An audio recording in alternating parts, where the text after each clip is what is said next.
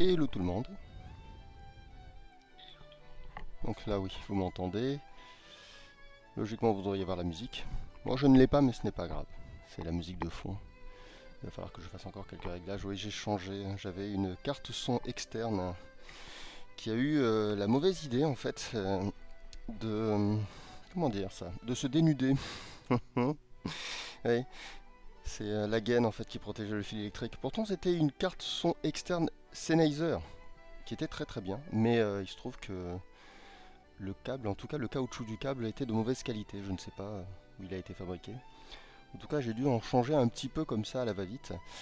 Et je vois bien que là les réglages ne sont pas parfaits. Donc bonjour tout le monde, si quelque chose ne va pas, n'hésitez pas, genre par exemple le son, si le son de ma voix est trop fort, si autre chose vous dérange, s'il y a un bruit parasitant, je ne sais pas, dites-le parce que là je suis obligé évidemment de faire une espèce de mise à jour comment disent déjà les professionnels, de mon setup. En tout cas, oui, comme dit Shadow, vous m'entendez, c'est l'essentiel. Ne serait-ce qu'avec ma voix, je peux sauver ce live. C'est-à-dire que quoi qu'il arrive, même si c'est, même si on part en vrille, même si l'écran disparaît, de toute façon, par le pouvoir de la voix, vous voyez, pouvoir, il y a voix dans pouvoir déjà, eh bien, je peux sauver ce stream. Je vous l'ai toujours dit, ce qui compte, c'est le son, c'est pas l'image. Et oui, même sur, quand vous allez voir des vidéos sur YouTube, vous y faites pas toujours attention, mais c'est le son qui compte le plus. C'est avec les musiques utilisées, etc. Ce qui est visuel, c'est secondaire. Alors, comment allez-vous? Je regarde un petit peu qui est sur le chat. Je vais remonter tout ça. Ouais, je pars dans le passé.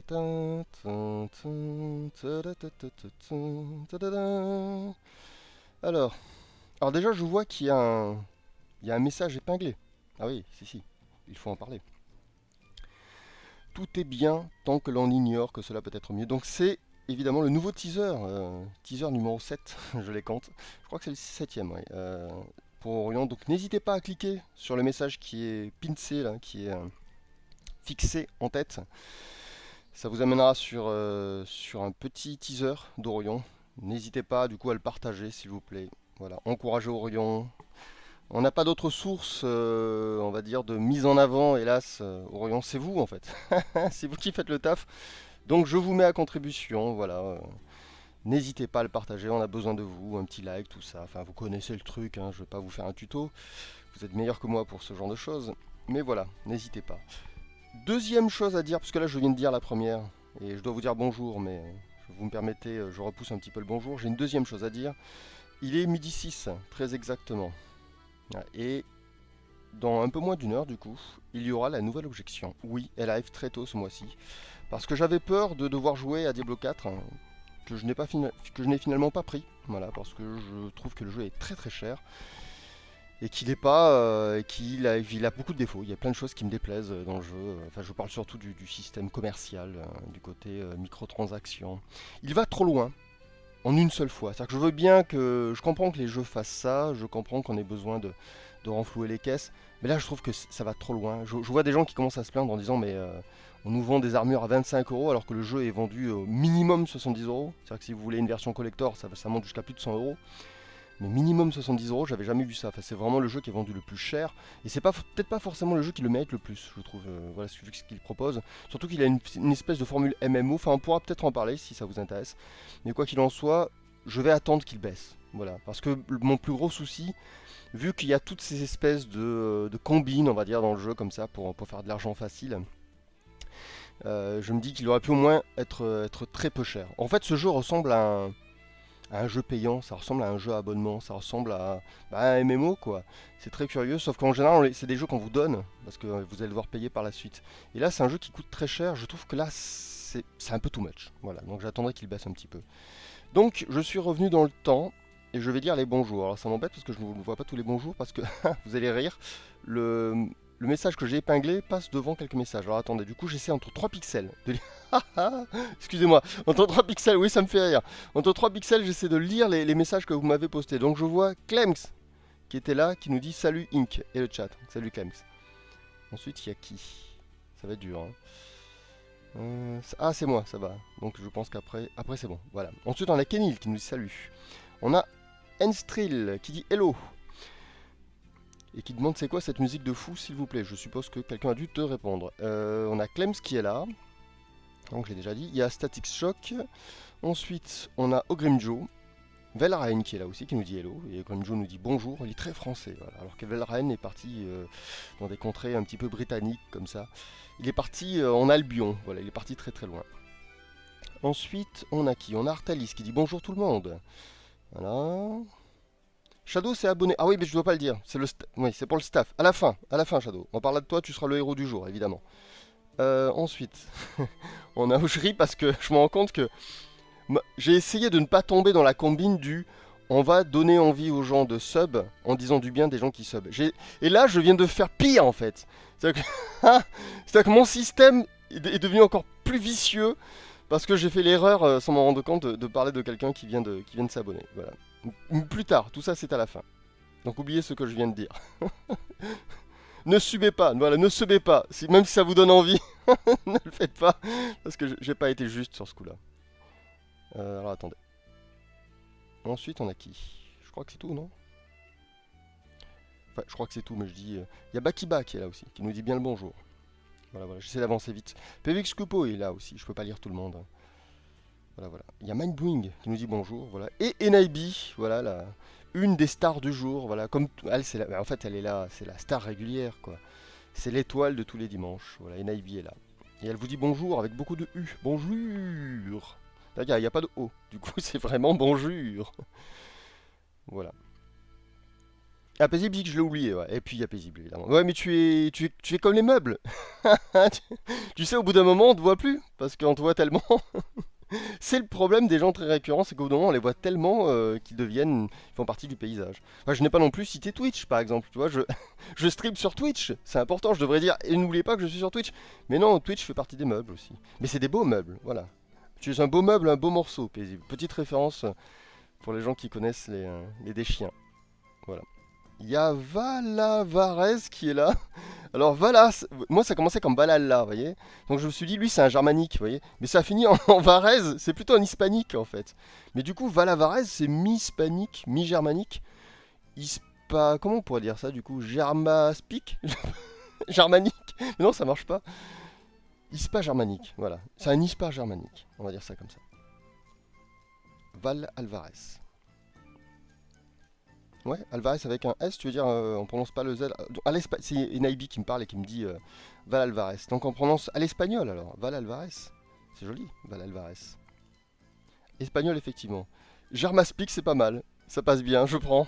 J'ai mis Aspic dedans, c'est pas mal. Puis il y a Germe aussi, c'est assez amusant. Germaspic, ça me plaît. Alors quoi d'autre? Alors Valraen me dit, du coup, tu pourrais avoir le temps de tester le looter qui respecte le mieux l'argent de ses joueurs. Je fais mon lobbyiste pour Warframe vu que je suis retombé dedans récemment. Ben non, mais par contre je risque d'en tester deux autres. Il y a déjà le Pass of Exile 2 qui arrive. Donc voilà, je pense qu'il sera beaucoup moins cher que Diablo. Il y aura peut-être moins de microtransactions et ce genre de choses. Et il n'y aura peut-être pas ce côté MMORPG qui traîne où en 5 heures on peut gagner 3 niveaux une fois qu'on a passé les 25. Je suis pas très fan de ça. Ce qui est amusant, c'est que dans Destiny 2, en fait, j'ai supporté. Parce que Destiny 2, il est gratuit maintenant, avec beaucoup de contenu. Et dans Destiny 2, en fait, parce que ça fait des années, plus de 5 ans que je suis sur Destiny 2. Je joue pas souvent, mais je joue de temps en temps. Et en fait, j'ai vu émerger toutes les combines du service game dans Destiny 2. Du coup, je les connais toutes. Je les ai toutes éprouvées. Et quand un jeu me les sort toutes d'un coup, ça me fait un peu mal. Parce que Destiny, il y en avait une nouvelle tous les 2 ans, quoi. Là, il y a tout d'un coup, les mecs, ils ont pas peur. On est Diablo, on sait qu'on va en vendre des camions, mais quand même, on va en profiter pour... bon, je vais pas devenir grossier, mais pour faire nos affaires. Voilà. Sur vous. Dans les fesses de vos enfants. En gros, hein. Et là, je dis non, quoi. Là, c'est too much, les gars. Vous voyez que quelqu'un qui est petit, qui est pauvre, se batte pour qu'on parle de lui, je comprends. Vous voyez, par exemple, je vous gonfle avec Orion, mais attendez, je suis pas une star, moi. Si le joueur du grenier vous gonflez avec, je sais pas moi, si demain il sortait un livre dont vous êtes le héros ou un jeu vidéo, et si vous gonflez avec, ça serait pas juste. Le mec est surpuissant, il a juste à dire qu'il a fait un truc, c'est bon. Et moi, je suis pas le joueur du grenier, je suis pas Frédéric Molas. Et donc, j'aimerais bien avoir ses followers, hein, mais je suis pas Frédéric Molas. Du coup, je suis obligé de faire de la pub tout le temps. Mais ça va, Blizzard, c'est bon, on les connaît maintenant, Blizzard. On sait qui vous êtes. Diablo 4 va se vendre, hein, Blizzard, c'est bon. Il y a aucun risque. Vous comprenez? Il y a aucun risque. Et les mecs, ils mettent le paquet. Moi, je vois un type qui nage dans une piscine remplie de billets et qui hurle sur les autres en disant mettez de l'argent, rajoutez de l'argent. Et je dis non. Là, non. Là, c'est too much. Voilà. Donc en plus, Blizzard, il y a des histoires pas cool. En plus, je trouve que leur pratique relativement élitiste et toxique pour moi. On donne le jeu aux gros influenceurs, on leur offre à eux gratuitement pour qu'ils en parlent, mais je trouve ça mais dégueu quoi. Enfin non, bref, il y a rien qui va. Dans leur... En fait, chez Blizzard en ce moment, il n'y a plus rien qui va. Et Activision, c'est pareil. Ça devient n'importe quoi ces boîtes. Bref, moi je les ai supportés jusque-là. J'ai acheté Diablo 2, que j'ai fait entièrement. Évidemment, j'avais pris Diablo 3 avant. Le dernier Call of Duty, c'était n'importe quoi. Enfin, ils deviennent complètement fous. Je crois que si on les réveille pas, on sera responsable de leur chute. C'est-à-dire que si vous aimez Diablo et si vous aimez Blizzard, je crois qu'il faut pas prendre celui-ci. En fait, si vous aimez vraiment Diablo, je pense qu'il faut faire l'impasse sur le 4. Pendant un temps, moi, pour leur indiquer que là, ça va pas. Allez jouer à Zelda, parce que voilà, là au moins ça c'est un vrai jeu, mais Diablo 4, non quoi. Enfin bref, je suis passionné par tout ça, donc je parle un peu fort, excusez-moi. Ah, Valren nous dit, j'avoue que Pass of Exile est aussi extrêmement honnête sur les microtransactions, et le jeu est aussi gratuit. Et ouais, il est gratuit, ça change beaucoup de choses. Et en plus, c'est plutôt un bon jeu. Moi, j'ai pas entendu quelqu'un un jour me dire que Pass of Exile était pas bon, quoi. Et le 2, j'en attends beaucoup, surtout que le premier, j'étais passé un peu à côté parce qu'on pouvait pas jouer avec le contrôleur. Mais manifestement, on dirait que ça a été changé. Alors, je vais peut-être le relancer, peut-être même tout à l'heure, peut-être que j'essaierai. Mais ouais, j'attends le 2, parce que je sais que le 2 au moins sera full contrôleur directement. Ouais, moi jouer à la souris, ces jeux-là, ça ne m'intéresse pas.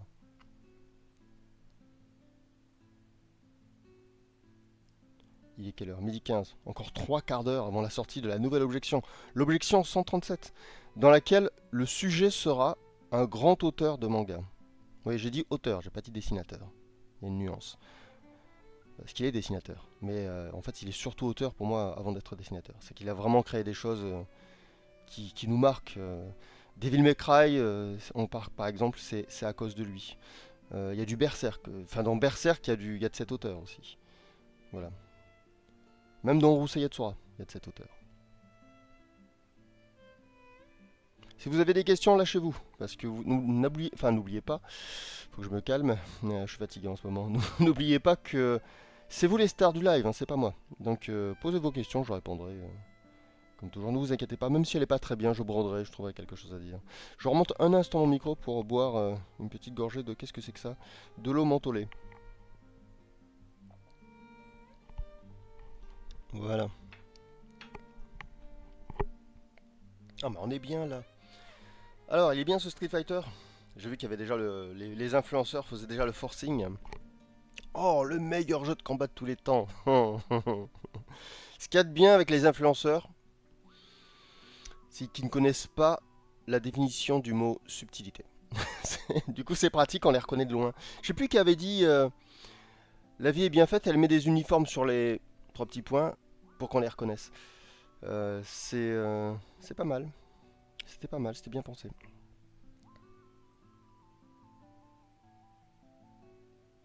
Soit M. French me dit un INK élevé dans l'environnement de Macron deviendra-t-il exactement un Macron? Pas exactement, mais il deviendra un Macron, ça j'en suis sûr. Et pas que moi, enfin, pas qu'un INK, tout le monde. Mais je sais qu'on a tous, on se croit tous pétris de bonté, de bienveillance. Mais en fait, le problème de l'humain, c'est qu'il est bienveillant parce qu'on l'a éduqué. En fait, l'humain, si on lui donne du pouvoir, c'est-à-dire s'il a la possibilité de ne plus être soumis à une autorité, ça devient un monstre. J'avais écrit une phrase, il y a très longtemps, qui disait « Avec suffisamment de pouvoir et d'argent, on peut devenir celui que l'on est vraiment au fond de soi, et c'est rarement beau à voir. » Voilà. Elle résume ce que je pense. Alors, Paisible pose une bonne question. Tout va bien pour ce qu'il reste à faire sur Orient? Oui, ça avance. Il reste très très peu de choses. Surtout des petits décors. Voilà. Donc c'est-à-dire que l'ouvrage est fini, allez, on va dire à 95%. Enfin, NIB est là, je ne veux pas parler pour elle, hein, elle peut parler à ma place. Mais l'ouvrage est fini à plus de 95%. On est vraiment à la toute fin. Mais il se trouve que les derniers petits détails sont déjà sont pas faciles à faire. Il faut les finir. Et autre chose, il y a, à la fin, il y a une correction. C'est-à-dire qu'à la fin, moi, je relis tout. Moi, je recorrige souvent Orion. C'est-à-dire que je corrige plusieurs fois Orion. Et à la fin, il y aura une grosse lecture. Je veux prendre mon temps pour faire ça. C'est-à-dire que je veux, au moins, personnellement, je veux une grosse semaine pour pouvoir bien lire, être sûr que tout va bien. Puis moi, j'ai déjà écrit le sixième et j'ai entamé le septième. Donc, je veux aussi voir si c'est cohérent. Si le passage du cinquième au sixième est cohérent, s'il n'y a pas des choses à changer. Je veux vraiment qu'il soit bien calibré. Comme toujours, hein. Moi, les tomes, je ne les vends pas sans que je sois certain que le tome est exactement ce que je voulais qu'il soit. Il y a Ichamki qui est là, qui dit bonjour compagnon du dimanche midi. Donc bonjour Ichamki. Voilà, et Naibi nous dit j'ai 10 pages de décor à finir avant de passer à l'étape finale. Voilà. Donc ça fait pas grand chose. Alors Mindblowing me dit vas-tu aller voir le film Slam Dunk d'animation qui va sortir au ciné bientôt. Alors j'irai pas le voir au cinéma, mais je le verrai. Et j'ai hâte. J'ai hâte parce que quand il est sorti, tout le monde l'a détruit, genre ah c'est de la 3D, etc. Et moi j'ai dit non, c'est quand même stylé les gars. Il y a un moment, c'est pas parce que c'est la 3D que c'est forcément pas bien. J'admets que sur Dragon Ball, pourtant elle est chouette la 3D sur Dragon Ball, mais j'admets qu'elle fait un peu cheap. Mais j'ai pas trouvé que sur Slam Dunk elle faisait cheap. Je rappelle que Slam Dunk c'est du sport d'abord, c'est du basket en salle. Et je trouve qu'au contraire, elle va très très bien. Et puis j'aime beaucoup l'auteur, Takehiko Inoue. Moi j'en attends beaucoup et je sais que je ne serai pas déçu. C'est un très bon auteur. Donc oui, je pense que même je l'achèterai en fait. C'est pas un film que je vais aller voir, mais c'est un film que je risque d'acheter. Je le prendrai peut-être en Blu-ray ou un truc comme ça, carrément. Ouais, ouais, j'aime beaucoup Takehiko Inoue, qui est un des rares auteurs de manga donc édité dans le Jump, qui ensuite est devenu un auteur avec un grand A. C'est-à-dire il est parti il est parti dans le Gekiga, quoi. C'est devenu un auteur sérieux. Donc j'ai beaucoup d'estime pour lui. Vraiment, vraiment. J'aime beaucoup Takehiko Inoue. D'abord, il a une maîtrise de l'anatomie hors pair. Les personnages qui courent avec les mains écartées comme ça, enfin, les doigts écartés, les mains ouvertes, j'ai toujours trouvé ça magnifique. Enfin, il a un style, c'est le plus grand dessinateur de tibia du Shonen Jump. C'est ces personnages, enfin, on a l'impression que c'est quelqu'un qui a vécu dans le monde du sport, tellement elle est superbe sa bande dessinée. Et puis Slam Dunk, il est dans le top tier des mangas de sport, hein, avec qu'est-ce qu'il y a dans les grands mangas de sport? Il y a Captain Tsubasa évidemment. Après, c'est plus difficile déjà. Euh, Il y a Ice Shield 21 aussi qui est très très bien. Il est très bien dessiné en plus, hein, c'est du Murata, c'est pas rien quoi, hein. Murata, pardon, Seal of Quality quoi. Comme dit à Nintendo dans les années 80. Qu'est-ce qu'il y a d'autre en sport qui est bien? Il y a Hippo aussi qui est très très bien, Hajime Hippo. Voilà. Ouais, on est là, c'est le top. J'ai l'impression d'en oublier un. J'ai l'impression qu'il y en a un autre qui est très très bien. Hmm. Ah, moi j'aime beaucoup Yuwamushi Pedal aussi. Voilà. Très très bien.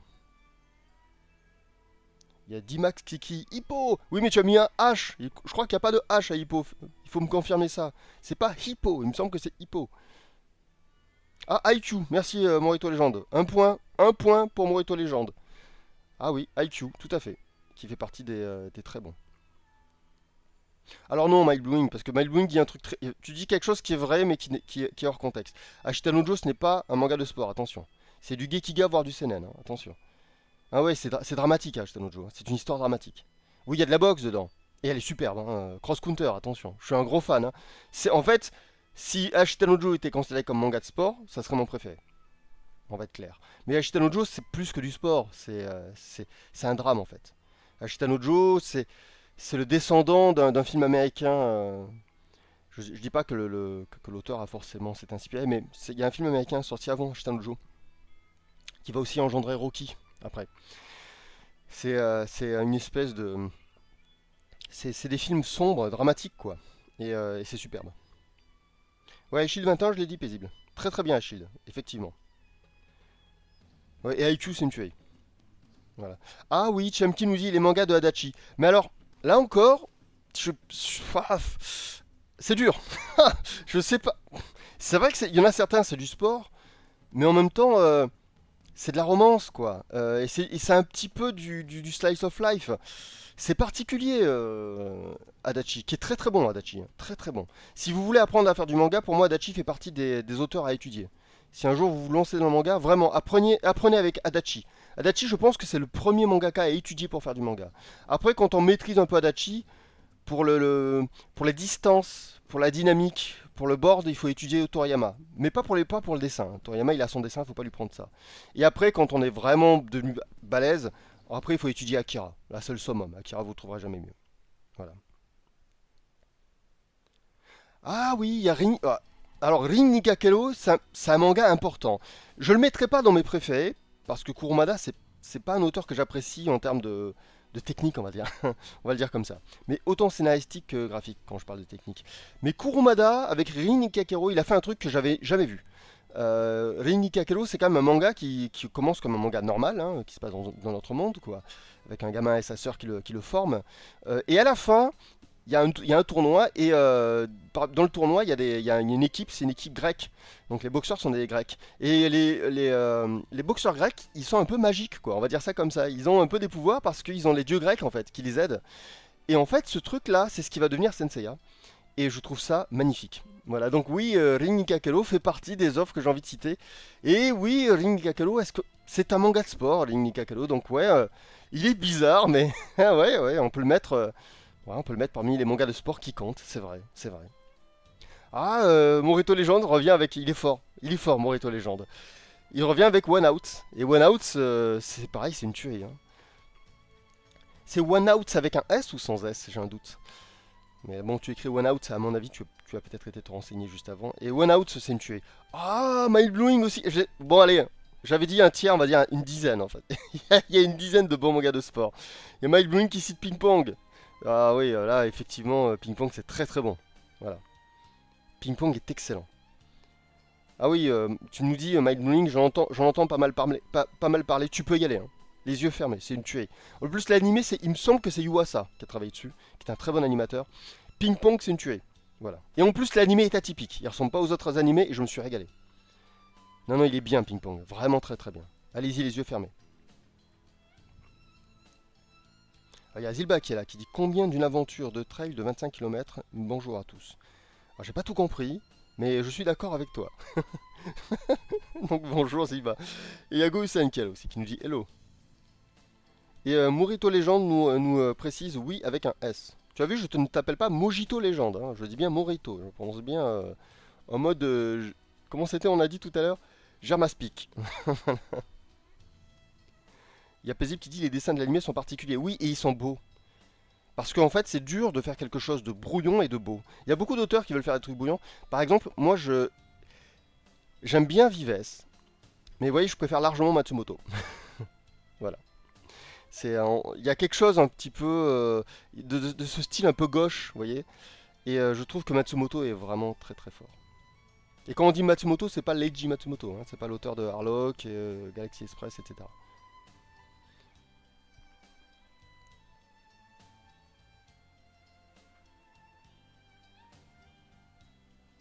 Il y a Mindblowing qui dit je vois les gens faire des constructions de fous sur le dernier Zelda, c'est fou, j'ai presque plus l'impression d'avoir un jeu Zelda. Bah en fait c'est tout le monde l'a dit au début et c'est très juste, c'est un Minecraft en fait ce Zelda. C'est un Minecraft qui ne dit pas son nom. Mais c'est alors moi personnellement je préfère Breath of the Wild à Minecraft, vous voyez. Mais c'est ça, hein, pas Breath of the Wild, pardon, du coup Tears of Kingdom. Et je préfère Tears of Kingdom à Minecraft. Franchement, honnêtement, c'est très gentil ce que je dis là, hein. On peut pas faire un meilleur compliment à un jeu parce que Minecraft c'est un monstre, hein. Ouais, Taiyo Matsumoto, c'est un tueur. Je suis moins fan de Tekken King Kurite, c'est Amer Béton en français. Le film est joli par contre, très joli techniquement. C'est un français qui l'avait réalisé en plus, donc c'est plutôt sympa. Mais je suis pas très fan en fait. Même le manga il m'était tombé des mains. C'était pas mal au début, mais finalement ça va un peu nulle part. Je suis pas très fan. Par contre, Ping Pong, moi j'ai rien à dire. Je trouve que c'est superbe. À la limite, c'est peut-être trop court. J'aurais aimé que ce soit plus long. Ce qui est un très beau compliment. Ça veut dire que c'était excellent.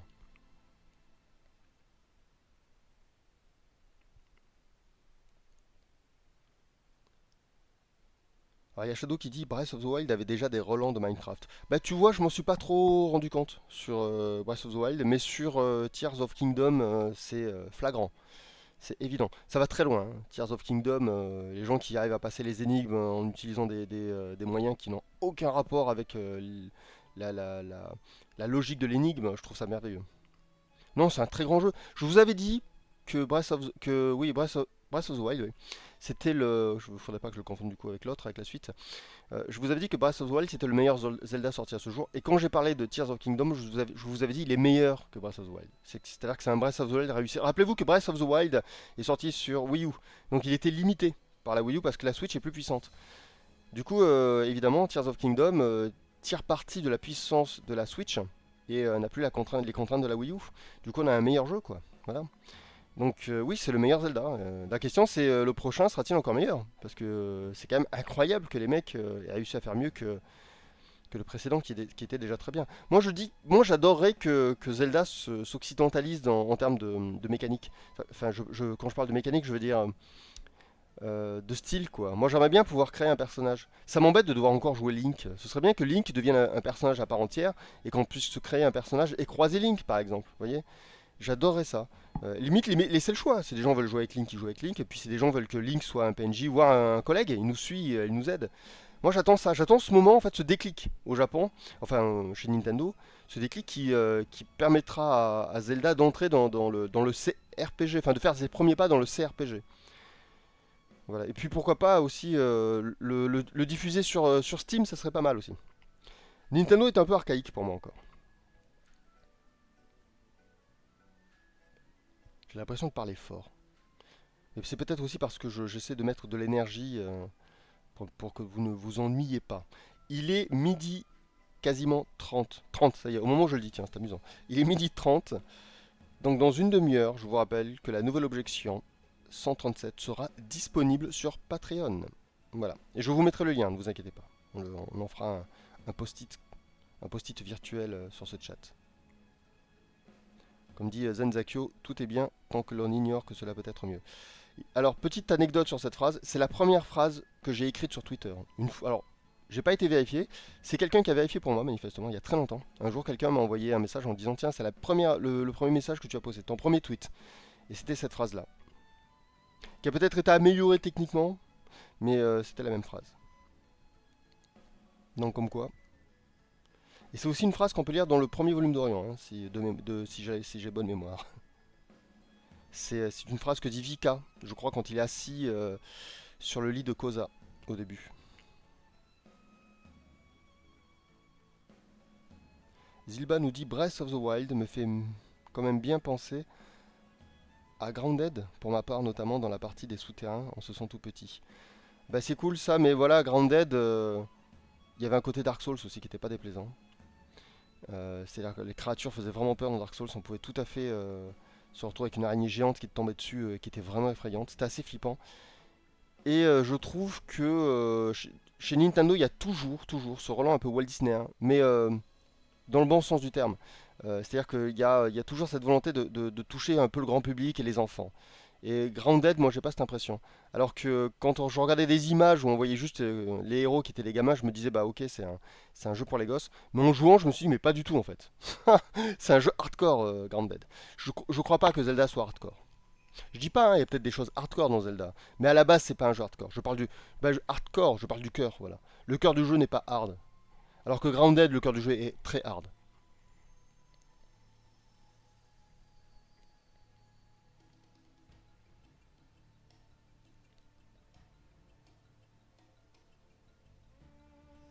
Ah, il y a des gens qui critiquent Zelda ou j'ai halluciné. Les cinématiques aussi dans Zelda, c'est honteux. Oh, on s'en fiche des cinématiques dans Zelda. Honnêtement, qui joue à Zelda pour l'histoire?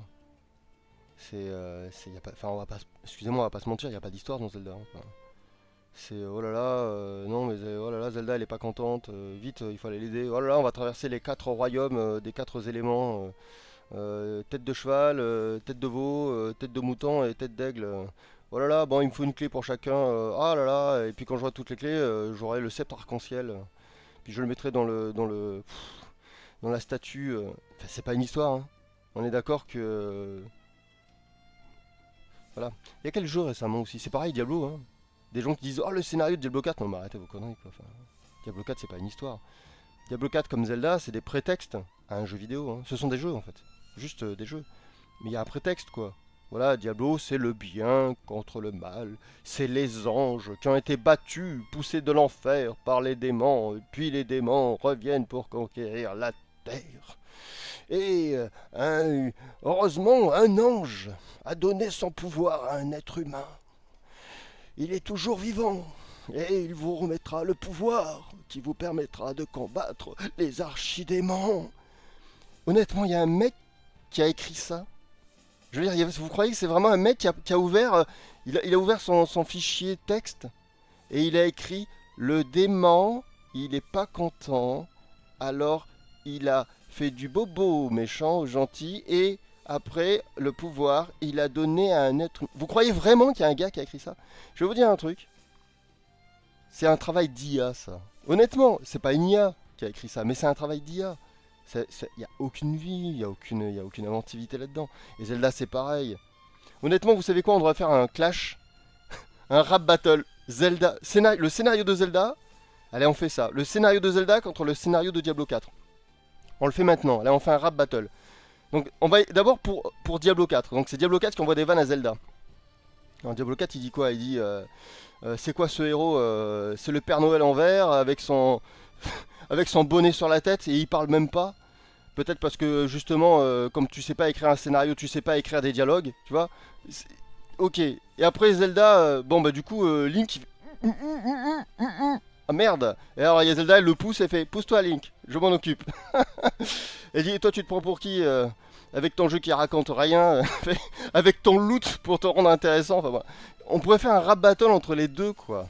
Quoique là non j'étais méchant parce que Zelda elle a attaqué les mécaniques de jeu. Non c'est pas cool ça. Il faut attaquer le scénario. Mais attaquer quoi? Ouais, bah, il faudrait que Zelda elle dise c'est quoi? C'est l'histoire éternelle du grand méchant, du grand gentil. En plus, tu t'es inspiré de la Bible, t'as rien inventé. La Bible, déjà, c'était des plagiats d'autres croyances. Enfin bref, tu plagies des plagieurs, quoi. Et tu te la joues fier, voilà. Faudrait faire un truc. Bref, c'est terrible. C'est terrible. Et le plus terrible, c'est pas ça, c'est que c'est normal qu'il n'y ait pas de scénario. C'est des jeux. Genre Zelda, on joue pas pour le scénario. Enfin, Zelda, on joue pour les énigmes. Il le fait très bien. Moi, ce qui m'attriste, c'est que quand t'entends, t'as un gamin sur Twitter qui fait ah, super, je vais acheter le nouveau Zelda pour savoir la suite de l'histoire.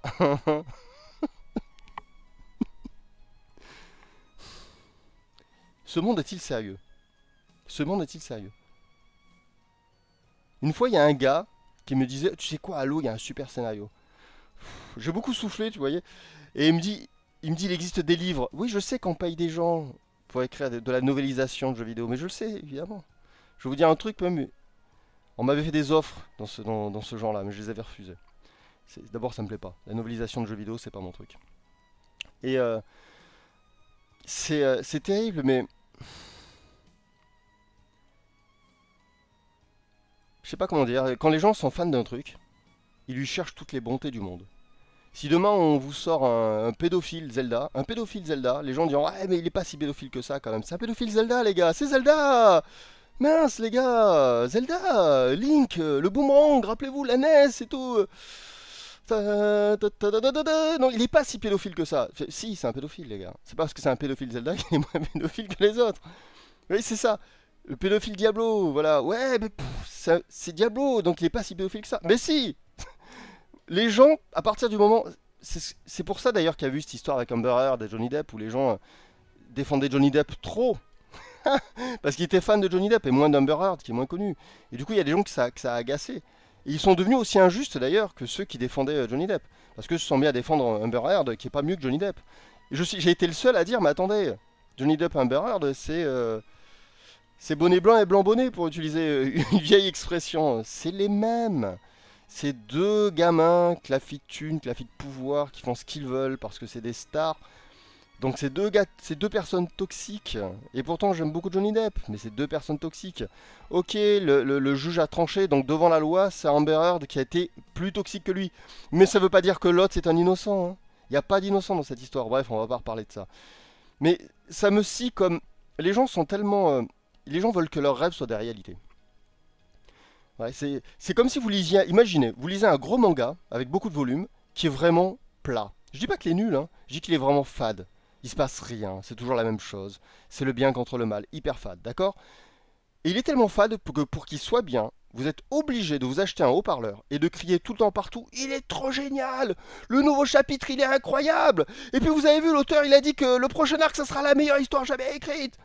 Mais les gars, au lieu de vous égosiller, de vous fatiguer, de vous vider, de vider votre énergie, gardez votre énergie déjà, au lieu de vous vider comme ça bêtement, ben lisez simplement un bon manga, comme ça vous n'aurez même pas besoin d'en parler.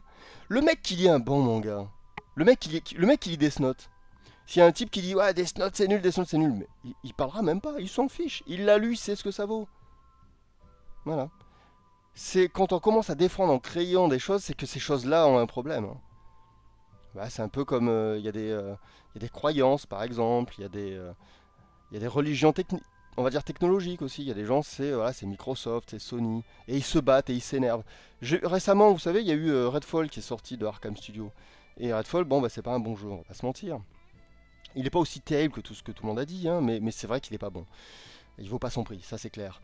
Et tout le monde disait voilà, on va encore accuser Microsoft alors qu'en fait le jeu, les développeurs avaient commencé à le faire avant que Microsoft les rachète. Mais on va encore accuser Microsoft. Et j'ai eu plein de tweets comme ça.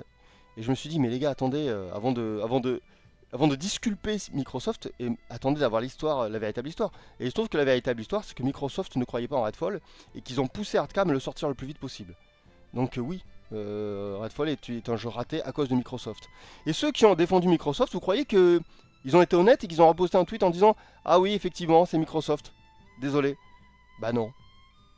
Donc moi je pense qu'il y a beaucoup d'influenceurs qui sont à moitié, qui sont payés. Vous savez comme à l'époque avec Call of Duty, avec Activision.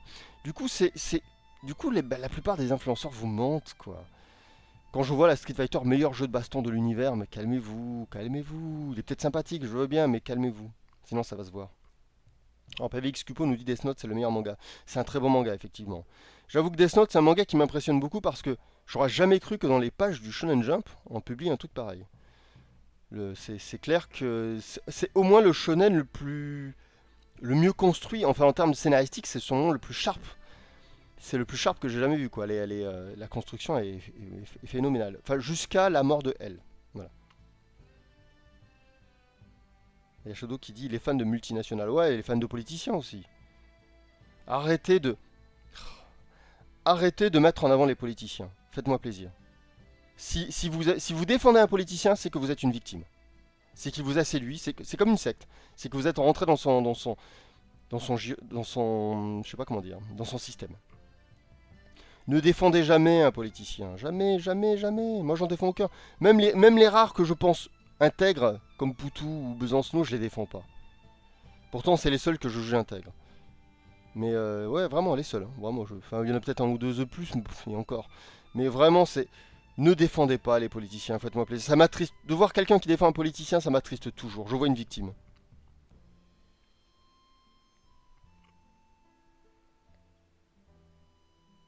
Il y a Chemki qui nous dit c'est tellement dans les angoisses des années 2000, Death Note aussi. Il est arrivé au bon moment. Peut-être, ouais, je réfléchis, peut-être, ouais. Mais je suis pas convaincu que ça s'arrête aux années 2000. J'ai l'impression que c'est pire aujourd'hui, mais bon. J'ai l'impression qu'aujourd'hui, Death Note aurait tout à fait sa place. Et je pense que demain, il l'aura encore plus. Parce que Death Note, hein, Death Note parle de quoi? Il parle de l'indépendance. Il parle d'un individu qui se soustrait au pouvoir, on va dire, organisationnel de la société, c'est-à-dire la législation, pour faire lui-même sa propre loi. Et finalement, c'est ce qu'on vit actuellement. Quand tu veux éditer un bouquin, aujourd'hui, tu vas pas passer par des éditeurs, parce que les éditeurs ne prendront pas ton bouquin, hein. Si tu fais pas partie de la famille, si t'es pas sur Paris, si tu veux pas aller voir en personne, si tu avais un pote déjà dans l'édition, tu ne seras pas édité. Ça marche pour les maisons de disques, pour ceux qui veulent faire de la musique, ça marche pour tout. Donc si aujourd'hui tu veux avoir une chance d'être lu, il va falloir que tu t'auto-édites. C'est-à-dire qu'aujourd'hui on te pousse à l'indépendance parce que les systèmes sont à moitié véreux, à moitié fermés. Voilà. C'est terrible. Là je viens de lire un livre, je dirais pas le nom de l'auteur parce que je l'aime bien. Mais il était pas bien. Voilà, pour être gentil, il était pas bien. Je me suis ennuyé beaucoup. Euh, à un moment, faut être honnête, il y a un moment, il y a un chapitre, il y a un quart de chapitre qui est sympa. C'est un livre en 5 chapitres. Et, j'ai trouvé ça un peu dommage, quoi, que le mec qui pourtant est quelqu'un que j'aime bien, j'ai l'impression qu'il y a un problème sur ce bouquin, je sais pas. J'ai l'impression qu'il tire la ligne, par exemple. Et à un moment, il se met à parler de, on va dire que c'est un livre holistique, on va le dire comme ça. Et à un moment, il se met à parler il prend des exemples, des sujets rôlistiques qu'il traite, et, il cite des cas pas du tout intéressants, et il oublie il y a toute une montagne, honnêtement, de trucs vraiment hyper intéressants. Il est passé complètement à côté, et je trouvais ça triste. Et j'ai l'impression que c'est un peu dans l'air du temps. C'est-à-dire on est en train de perdre on perd nos connaissances en fait. C'est-à-dire qu'aujourd'hui, on a des étudiants dans certains domaines qui écrivent des livres, ou des chroniqueurs, qui ne sont pas des auteurs du coup, qui n'ont pas le passif, c'est-à-dire qu'ils n'ont pas vécu ça, ou ils l'ont vécu comme des consommateurs, mais ils ne se sont pas posé les bonnes questions au moment où il le fallait. Et aujourd'hui, ils traitent de certains sujets sans vraiment les maîtriser, et j'ai l'impression qu'on est en train de perdre beaucoup de choses. J'espère qu'il y aura des gens de ma génération en fait, qui écriront, parce que il y a tout un pont en fait, de la culture et du manga et du jeu de rôle, qui est en train je sais pas comment dire, de péricliter, de disparaître, de sombrer dans l'oubli, parce que ceux qui en parlent aujourd'hui, c'est tous des chroniqueurs de ce que je vais appeler le petit Paris. C'est des descendants de No Life, et je suis pas certain que leur travail soit à la hauteur du sujet en fait. Et c'est un peu dommage. Par exemple, à la fin de cette objection, je vais vous parler d'un livre. Voilà, la nouvelle objection qui sera là dans un quart d'heure maintenant, puisqu'il est moins le quart. Et à la fin, je vous donnerai le nom de l'auteur, je vous parlerai ce que je fais pas souvent. Je vous parlerai du bouquin, parce que ce bouquin, je l'ai lu avant de faire cette objection, et c'est lui qui m'a donné envie de la faire. Parce que j'ai appris plein de choses dans ce bouquin, et j'estime que l'auteur, c'est un véritable auteur, avec un grand A. Et c'est un français, hein. Et j'ai jamais vu quelqu'un traiter aussi bien un sujet. Voilà, donc ça, vous verrez à la fin de l'objection, je vous dirai pas le nom, parce que comme ça vous donnera envie de voir l'objection. Et j'ai été époustouflé.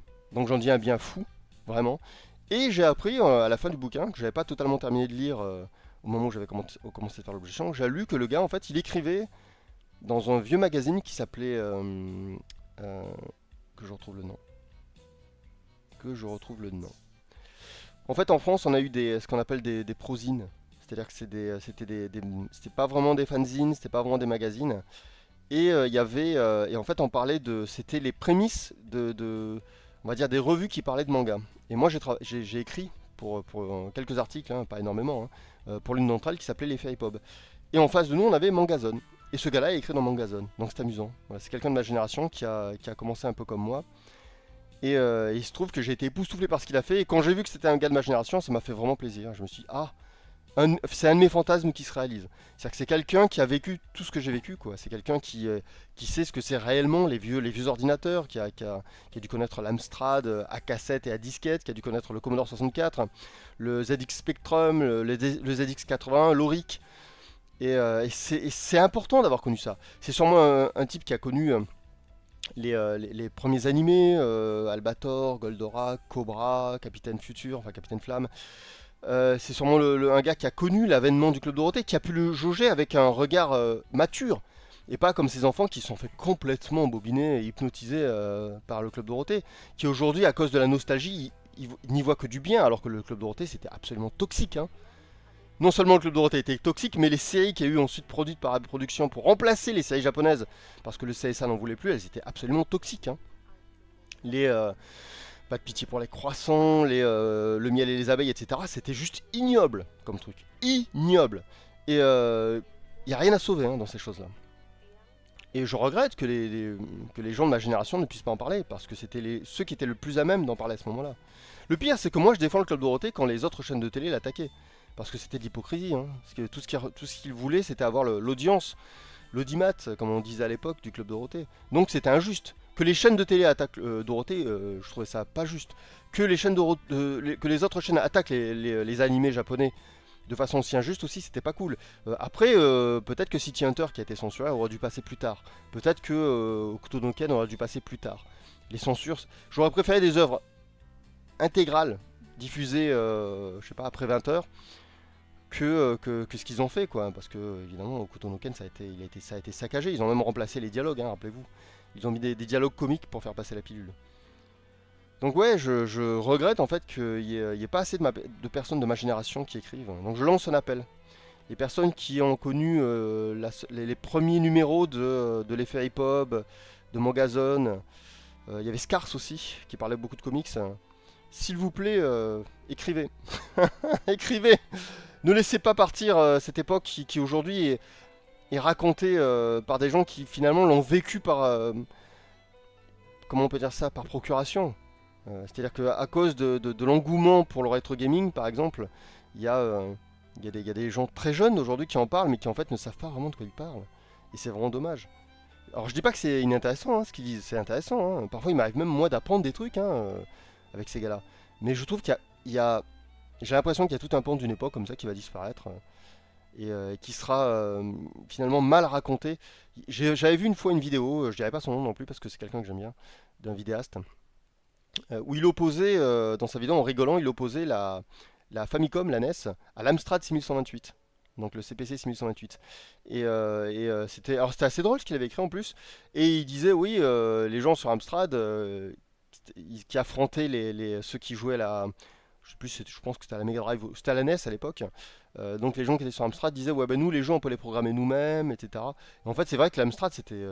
À côté du NES, c'est horrible. L'Amstrad, c'était tout saccadé. On n'avait pas de. On n'avait pas, les scrolling fluides n'étaient pas encore fluides. Et les scrolling, c'était centimètre par centimètre à cette époque-là. C'était arrivé plus tard, les scrolling fluides. Sauf que ça n'est jamais arrivé ça. Il n'y a jamais eu de conflit entre la communauté Amstrad et la communauté Famicom. Vous savez pourquoi? Parce que l'Amstrad était beaucoup trop vieux. L'Amstrad il a été remplacé par l'Atari ST, par l'Amiga, que la Famicom elle était toujours pas là. Quand le MSX est arrivé, c'est-à-dire vers la fin de l'Amiga, quand le MSX est arrivé, c'est là que la Famicom est arrivée. Je peux vous dire que l'Amstrad, ça faisait longtemps qu'on l'avait tous oublié. Donc dire qu'il y avait des gens qui jouaient à l'Amstrad et qui disaient ouais je préfère jouer à mon Amstrad plutôt que jouer à ta Famicom, c'est faux. C'est historiquement faux. Mais les gens ne savent pas ça.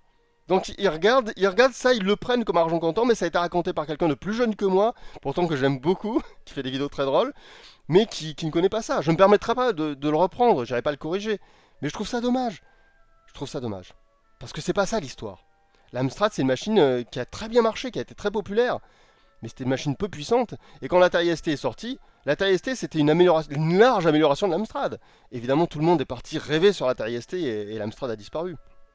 Et même s'il continue un peu avec son Grisor, rappelez-vous, qui est une adaptation du contrat de Konami. Grisor qui avait fait beaucoup parler de lui parce que c'était un des meilleurs jeux de l'Amstrad. Mais malgré c'était pas Grisor qui allait faire la concurrence à l'Atari ST. L'Atari ST était bien meilleur. Et quand l'Amiga est arrivé, l'Amiga c'était la suite du Commodore 64 en fait. Et le Commodore 64 c'était une machine qui est sortie 2 ans, je crois, au moins 2 ans avant l'Amstrad. Mais du coup elle avait plus de bons programmeurs. C'est-à-dire que comme elle était sortie 2 ans avant, c'était une machine qui était maîtrisée.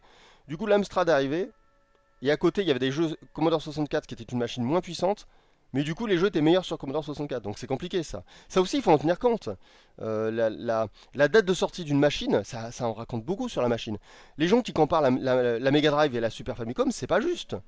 La Mega Drive, elle est sortie 2 ans avant la Super Famicom. C'est même pas la même génération. C'est pas juste. Donc évidemment, les gens disent ouais, bah, la Super Famicom, elle est meilleure. Mais c'est normal. Entre temps, Nintendo, ils ont pu analyser la Mega Drive et faire une meilleure machine. C'est pas juste. Voilà. Donc il faut comparer ce qui est comparable. Euh, la PC Engine, pareil, c'est une console qui est sortie assez tôt en fait. Elle est sortie en 89, si je dis pas de bêtises. Peut-être 88-89 pour la version carte, parce que le Super CD-ROM est sorti plus tard, 91 je crois, le Super CD-ROM. Enfin le CD-ROM, pardon, le CD-ROM tout court. Le Super CD-ROM c'est encore plus tard. C'est compliqué la PC Engine. Mais voilà, il faut remettre les choses dans leur contexte. Pareil, le Commodore 64 et l'Amstrad était techniquement meilleur, parce qu'il avait plus de résolution, plus de couleurs. Quand je dis il avait plus de résolution, c'est-à-dire qu'il avait plus de modes de résolution. Oui, parce que dans les jeux, on pouvait changer de résolution. Selon, oui, c'était un truc, aujourd'hui c'est vrai que ça a disparu ça. Mais on pouvait passer à des résolutions plus faibles, selon ce qu'on voulait montrer à l'écran. Par exemple, vous aviez dans un jeu, entre deux actes, vous vouliez mettre un chapitre avec juste une illustration, donc c'était un écran figé. Ben là, vous mettiez de la haute résolution. Et puis dès que vous reveniez sur le jeu où c'était des sprites à l'écran avec du scrolling, là on repassait avec une résolution plus basse. Je crois qu'il y en avait au moins 3 sur Amstrad. Donc sur PC Engine, il y en avait 2. C'était des trucs qui ont disparu aujourd'hui. C'était très intéressant. Par exemple, la première PlayStation, elle avait un mode entrelacé. Quand vous lanciez au début le menu de la PlayStation, rappelez-vous, avec vous savez le son là, vous avez que je fais très mal. Il y avait, si vous avez un petit peu l'œil, rappelez-vous, vous aviez le logo qui scintillait. C'était le logo, c'était un truc genre SCCE, comme ça, il y avait 4 lettres. Et en fait, c'est parce que c'était de la haute résolution. C'était la résolution plus haute que la résolution native de la console. C'était un système qui s'appelle l'entrelacé. C'est-à-dire qu'en faisant clignoter très très vite l'écran, ça créait une plus haute résolution. Donc tous ces trucs-là ont un peu disparu, mais à une époque, il y avait plein de techniques en fait pour pouvoir faire des jeux fonctionnels et en même temps, de temps en temps, des illustrations assez stylées. Donc l'Amstrad était techniquement l'Amstrad était meilleur au Commodore 64. Et donc il y a des gens qui s'arrêtaient à ça et qui disaient que l'Amstrad était meilleur que le Commodore 64. Mais non, c'était pas vrai. C'est pas vrai parce que le Commodore 64 était davantage maîtrisé que l'Amstrad. Et du coup, vous aviez des jeux qui étaient plus fluides sur Commodore 64, même s'il y avait moins de couleurs que sur Amstrad. Et en fait, pour jouer, c'était plus agréable sur le Commodore 64, qui pourtant était sorti 2 ou 3 ans avant l'Amstrad. C'était même pas la même génération. Le Commodore 64, c'est juste après le ZX Spectrum. Voilà, c'est plutôt une évolution du ZX Spectrum, qui lui-même est une évolution du ZX 81. Et donc, c'est bête. Là, je rentre même pas dans les détails, hein. Parce que l'Amstrad, il y en a eu plusieurs, hein. Là, je parle du 6128, mais avant ça, il y avait le CPC 464. Et entre les deux, il y a même eu le CPC 664, que tout le monde a oublié. Bref. Et en France, on a eu, par exemple, pour concurrencer l'Amstrad, on a eu le MO5. Il y a eu même le TO9, descendant du TO7, avec le premier crayon optique que j'ai vu de toute ma vie. Bref, il y aurait toute une histoire à raconter là-dessus. Je trouve que c'est dommage de pas raconter tout ça. Voilà. Je pense que c'est important de le savoir, tout ça. Ça fait partie de l'histoire, voire de la préhistoire du jeu vidéo. Et c'est important de ne pas l'oublier. Il y a Igot Dos. Ouais, il faut que je le lise en entier parce qu'il a un nom improbable. Igot Dos de Bayou qui nous dit: Elle me faisait rêver gosse la PS Engine avec son catalogue. Ah ben moi elle est là à côté de moi, avec le catalogue aussi. Avec les jeux. Ah moi c'est ma console préférée donc. De temps en temps quand j'ai du mal à dormir, je me réveille. Je regarde ma petite collection, je sors un petit jeu comme ça. Je relis la notice, je le remets en place et puis je dors mieux après. J'ai des liens très très forts avec la PC Engine. Et moi et la France, ouais, la France, avec la communauté française des fans de la PC Engine, on ne s'entend pas. Quand un Français parle de la PC Engine, il dit: Oh, cette console était incroyable. Les cartes, elles étaient toutes petites et dessus, t'avais des jeux comme Street Fighter, t'avais des jeux d'arcade, c'était incroyable. Et moi, je comprends pas ce qu'il me dit. Quand un fan français de la PC Engine me parle, je ne comprends pas ce qu'il raconte. Et quand il a terminé, je lui dis: Mais les cartes, c'est une console avec un lecteur CD-ROM et super CD-ROM. Dessus, t'avais des adaptations de jeux animés, Cobra ou Urusei Yatsura. Et là, il va me regarder, il va me dire: Mais c'était des jeux nuls. Bon, d'abord, je lui tire une balle dessus, d'abord. Après, je lui rends la vie. Je lui dis: Comment ça, c'est des jeux nuls? Il va me dire: Bah, c'est pas des jeux d'action. C'était des jeux, il y avait une image et tout était écrit en japonais. Bah oui, c'était des visual novels. Ils étaient incroyables. Même en japonais, moi je comprenais pas le japonais, je les ai fait, je me suis régalé. Il y avait une ambiance, il y avait des musiques, il y avait des petites animes de temps en temps. Un Cobra qui sauve une femme qui est attachée. Et il faut se rendre compte qu'il y a un son de bombe, il y a un bruit de bombe. Et donc il faut déconnecter la bombe avant de la libérer, sinon game over. C'était génial. Donc c'était... Moi j'ai adoré le CD-ROM. Honnêtement, sur ce qu'on appelle U-Card, les U-Card c'était cool parce qu'il y avait des petits jeux d'arcade. Mais moi, les jeux d'arcade à ce moment-là, déjà, je m'en fichais un peu, quoi.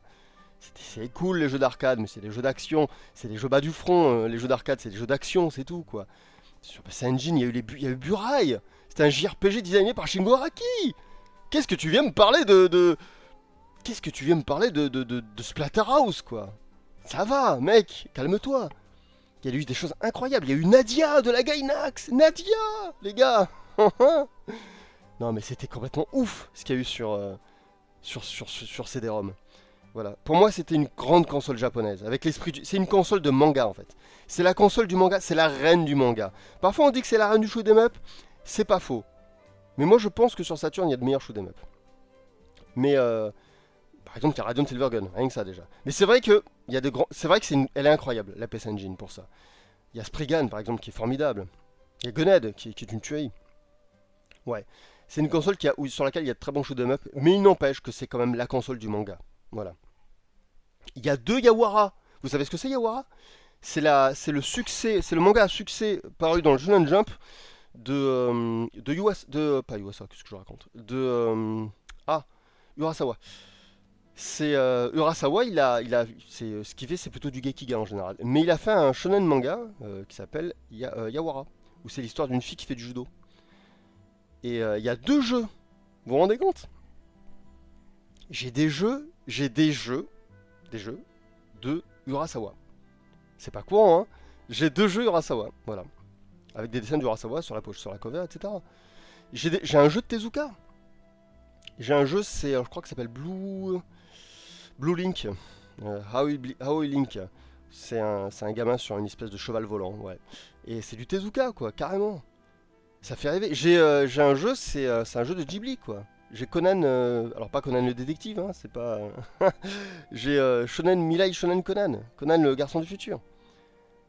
Quand on est fan de manga, cette console, c'est la reine des consoles. Voilà. Et moi j'étais plus fan d'animé et de manga que de jeux vidéo en fait. Moi en fait ce qui me plaît dans les jeux vidéo, c'est pas tant le fait de jouer. Et c'est marrant parce que c'est pareil avec les livres dont vous êtes le héros. Quand je parle avec un fan de livres dont vous êtes le héros, on peut pas se comprendre. Parce que lui il va me dire ouais moi ce que j'aime c'est pas que ça ressemble à un roman, moi je m'en fous de l'histoire, je m'en fous que ça parle. Moi ce qui me plaît c'est que justement il y a beaucoup de choix avec des petits textes. Il y a juste le chiffre et juste le texte c'est vous allez à droite ou à gauche. C'est-à-dire que le mec il préfère avoir un millier de choix plutôt que 100 choix bien écrits. Mais moi je préfère 100 choix bien écrits. C'est pour ça que moi je préfère J.H. Brennan, Herbie Brennan, celui qui a écrit Les Quêtes du Graal, que je trouve extrêmement bien écrite, voire même Loardan, que je trouve très bien écrit, plutôt que les défis fantastiques, voire Sorcellerie, qui sont des jeux qui sont mieux conçus en termes de jeu, mais qui sont pas mieux écrits. Voilà. Donc en fait, moi et les communautés des domaines qui me passionnent, on ne se comprend pas et on ne se comprendra jamais. C'est comme ça. Si un jour je fais un livre dont vous êtes le héros, ben je l'ai déjà fait, hein, La Plume Noire. Il y a 3 épisodes hein, sur YouTube, hein, vous pouvez les trouver. En plus, c'est moi qui lis. Vous n'aurez pas besoin de lire, je lis pour vous. Et c'est pas de la lecture en fait, puisque carrément je narre l'histoire. En gros, c'est des livres dont vous êtes le héros. Enfin, en gros, c'est comme des jeux d'aventure. Vous avez juste à écouter ce que je vous raconte et vous faites des choix à la fin. Par exemple, je vous décris une pièce et je vous dis est-ce que vous voulez par exemple aller fouiller dans la cheminée ou est-ce que vous voulez sortir par la porte de droite. Voilà. Et si un jour j'écris un livre, si je fais un livre dont vous êtes le héros, je ne ferai pas un livre jeu en fait. Je ferai un roman interactif. Moi, ce qui m'intéresse, c'est l'écriture en fait. Moi, ce qui m'intéresse, c'est ce que ça raconte. Et ce qui me plaît, c'est quand on a des choix, mais des choix qui, dans un livre qui nous a déjà immergé par sa narration. Moi, en fait, ok, évidemment, le côté ludique est immersif, mais pour moi, la narration l'est tout autant. Il me faut les deux. Ouais, c'est ça, c'est un audio dont vous êtes le héros. Nous dit Valavares. Il est 1h, les gars. J'arrête de lire le chat. C'est pas fini, hein. Je reviens. Juste, je dois aller faire quelque chose d'important. Je vous en ai parlé. Je vous ai dit, nous allons ensemble assister à la sortie de la nouvelle objection. Qui, si tout se passe bien, doit être disponible en ce moment sur Patreon. Et c'est le cas. Je suis en train de vérifier. C'est bien le cas.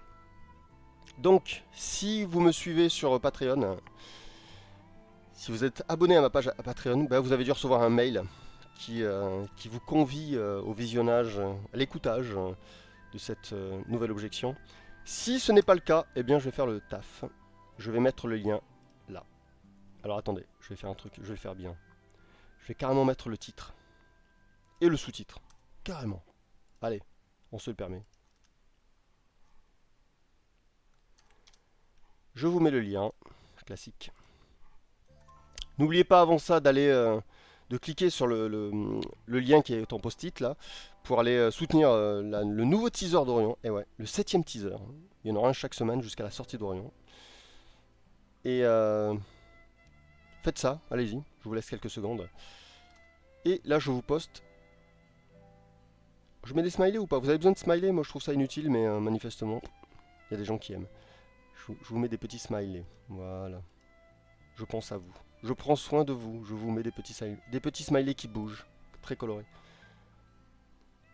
Voilà, donc je poste le message ici. Et je l'épingle. Je crois pas qu'on puisse épingler deux messages. À mon avis, il va enlever le précédent. Donc si vous avez cliqué... si vous n'avez pas cliqué encore sur le précédent post-it, le message qui est épinglé, là, tout en haut, cliquez sur le lien, ouvrez une autre fenêtre, cliquez sur le lien. Je vous laisse 10 secondes parce que je vais devoir l'enlever puisque je vais en fait épingler un nouveau message. Voilà, donc 10, 9, 8, 7, oui c'est des petites secondes. 6, 5, 4, 3, 2, 1, fire. J'ai failli dire ignition, en clin d'œil à un spectacle d'Alexandre Astier.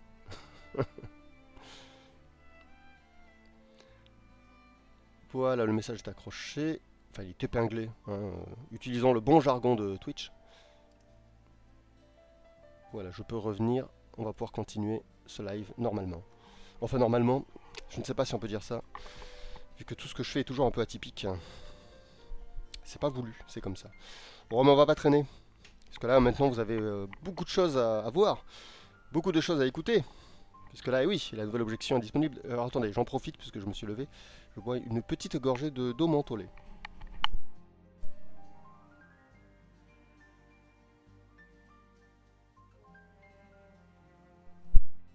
Voilà, donc je regarde un petit peu ce que vous avez à me dire sur le chat. Et si on arrive à la fin, eh bien, je conclurai tout ça.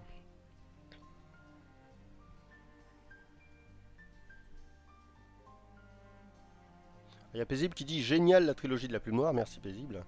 Vivez-la, elle est toujours disponible. Alors moi je considère, c'est moi qui l'ai faite, donc peut-être que je ne suis pas objectif, mais je considère qu'il y a assez de travail sur les trois.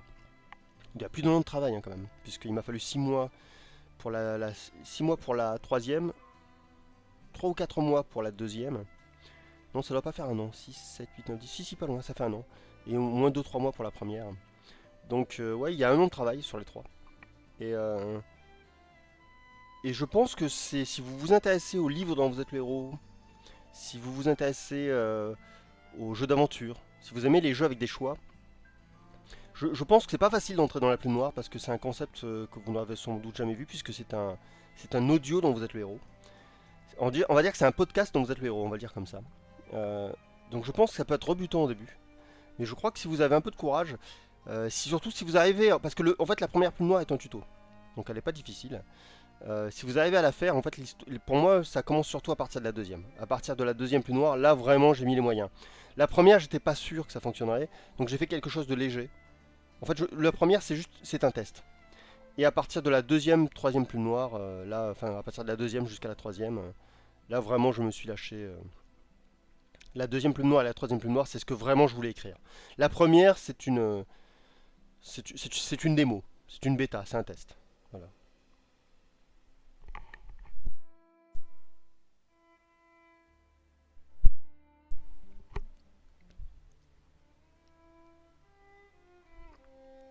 Il y a Chemki qui nous dit alors ça me fait plaisir d'entendre. Vous savez que j'ai jamais eu trop de retours moi sur la plume noire. Évidemment, j'ai eu plein de messages en dessous, mais d'abord je les ai pas tous lus.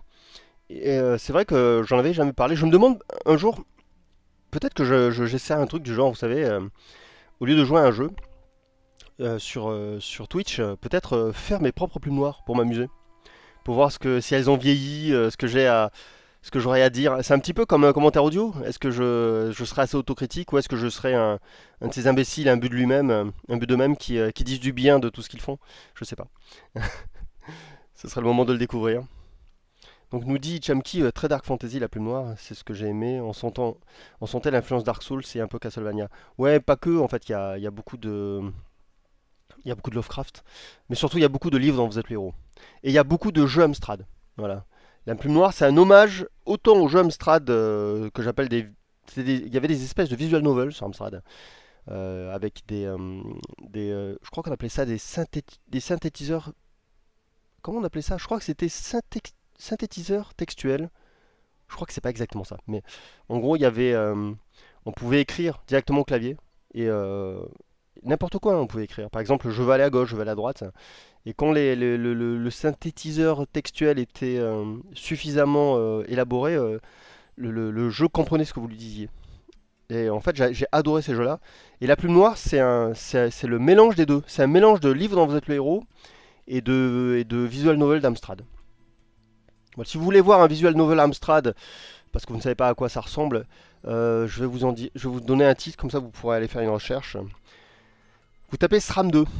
SRAM, S-R-A-M, Vous voyez, S-R-A-M en majuscule. Bon, il l'écrivait en majuscule à l'époque. S-R-A-M et un 2. Et vous rajoutez Amstrad ou CPC.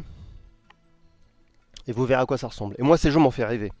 Et en fait, j'ai fait la plume noire parce que je suis marqué fortement par les livres dont vous êtes le héros et les visual novels de ce qu'on appelle les ordinosaures. Donc c'est un hommage en fait, c'est une fusion entre ces deux choses-là.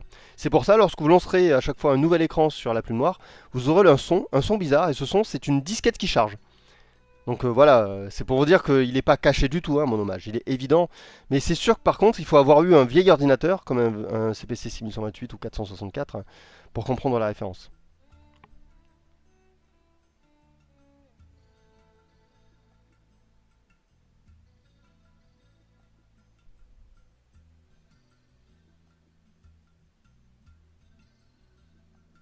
La chèvre me demande est-ce que j'aurais des romans de Dark Fantasy à recommander. Il n'y en a pas tant que ça de la Dark Fantasy. Non, en fait, j'aurais pas grand-chose. Si tu n'as jamais lu Berserk, alors attention, je sais que tout le monde en fait beaucoup de pubs, on en dit beaucoup de bien aujourd'hui, mais n'écoute pas les réseaux sociaux. Je te recommande Berserk, l'âge d'or. Et si ce qui t'intéresse c'est l'histoire et pas forcément la lecture, je te conseille la série de 1997, Berserk, qui est merveilleuse avec des musiques de Susumu Hirasawa, grandiose. Et sinon, le manga, il faut le lire au moins jusqu'à l'éclipse, c'est-à-dire la fin de l'âge d'or, quoi. Et ça, c'est du très très grand, vraiment, c'est de la grande dark fantasy. Mais attention, les trois quatre premiers mangas, les trois quatre premiers volumes de Berserk sont pas terribles. En fait, Berserk, ça commence à la rencontre entre Griffiths et Guts. Et ça se termine, on va dire, à la séparation de Griffiths et Guts. Voilà. Exactement comme Devilman. Devilman, ça commence avec la rencontre d'Akira Fudo et d'un personnage qui se révèle être... je vais pas spoiler. Et ça se finit par leur séparation. Et pour moi, clairement, Kentaro Miura a lu Devilman. Et clairement, Devilman a beaucoup influencé au moins le Golden Age. Il y a Rim qui pose une question intéressante et compliquée. Si ce n'est pas trop tard, comment avoir le bon équilibre entre le bon scénariste et le bon dessinateur? J'ai pas la réponse à ça, parce que l'équilibre c'est compliqué.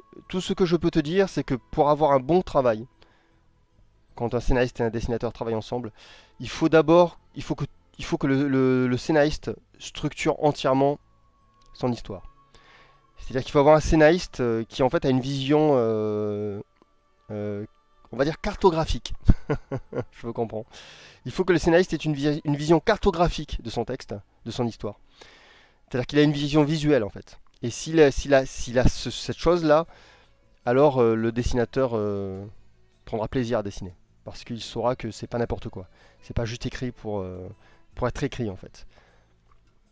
Donc je dirais que pour avoir un bon équilibre entre un bon scénariste et un bon dessinateur, il faut que le scénariste il ait un... Alors ça dépend pourquoi, mais si c'est pour un manga, il faut que le scénariste il ait une capacité visuelle en fait. Si c'est pour un film, il faut que le scénariste il ait une capacité à écrire des histoires denses. Il faut quelqu'un qui ait écrit des nouvelles, par exemple, des nouvelles courtes, parce qu'un film c'est court. Donc il faut pas perdre son temps, il faut aller à l'essentiel, et il faut une certaine densité. Voilà, selon le média. Donc je te dirais presque qu'il faut d'abord bien choisir le scénariste, et que si le scénariste est bien choisi, après ça ira très bien avec le dessinateur. Parce que des dessinateurs, il y en a beaucoup. Il y a beaucoup plus de bons dessinateurs que de bons scénaristes. Voilà, donc c'est plus difficile de trouver un bon scénariste. Donc je te dirais, il faut d'abord se focaliser sur le scénariste. Il faut un mec qui ait de la bouteille, un mec qui ait des années, un type assez âgé, parce qu'écrire ça prend beaucoup de temps. Tu peux pas avoir 14 ans et bien écrire. C'est comme ça. À 14 ans, tu peux avoir l'ambition d'écrire, mais tu seras pas encore un auteur accompli. Il faut de la bouteille. Souvent les bons scénaristes, c'est des gens qui ont vécu quoi. Et ouais, il y a des arts, il y a des métiers qui demandent du temps. Voilà, et c'est un peu pareil pour le dessin, hein. Les grands dessinateurs, c'est souvent des gens assez âgés, quoi. Voilà, donc je peux pas. L'équilibre, c'est compliqué. Mais pour qu'il y ait une bonne entente entre les deux, je dirais que les deux doivent se focaliser sur ce qu'ils savent faire. C'est-à-dire que pour tout ce qui est narratif, l'histoire, ce que ressentent les personnages, ce que montrent d'eux les personnages, leur façon d'agir, leur comportement, c'est le scénariste qui doit s'en occuper. Pour tout ce qui est euh, la mise en place, on va dire le visuel, c'est-à-dire tenter de rendre justement ce que fait le scénariste visuellement. Là, c'est le dessinateur qui est libre. Si le dessinateur pense qu'un chapitre doit être un peu plus court parce que tout ne rentre pas, par exemple, ben, le scénariste ne pourra pas trop l'embêter parce que ben, ça concerne le dessin. Et puis un dessinateur, il a des limites de temps, des limites de talent aussi. Tous les dessinateurs ne savent pas tout dessiner. Donc il faut aussi que le scénariste comprenne son dessinateur. Ça, c'est hyper important, hein. Si tu as si tu travailles avec un dessinateur qui adore dessiner des forêts et que tu lui demandes de dessiner des buildings, ça marchera pas. Donc il faut aussi que le scénariste soit psychologique. Ouais.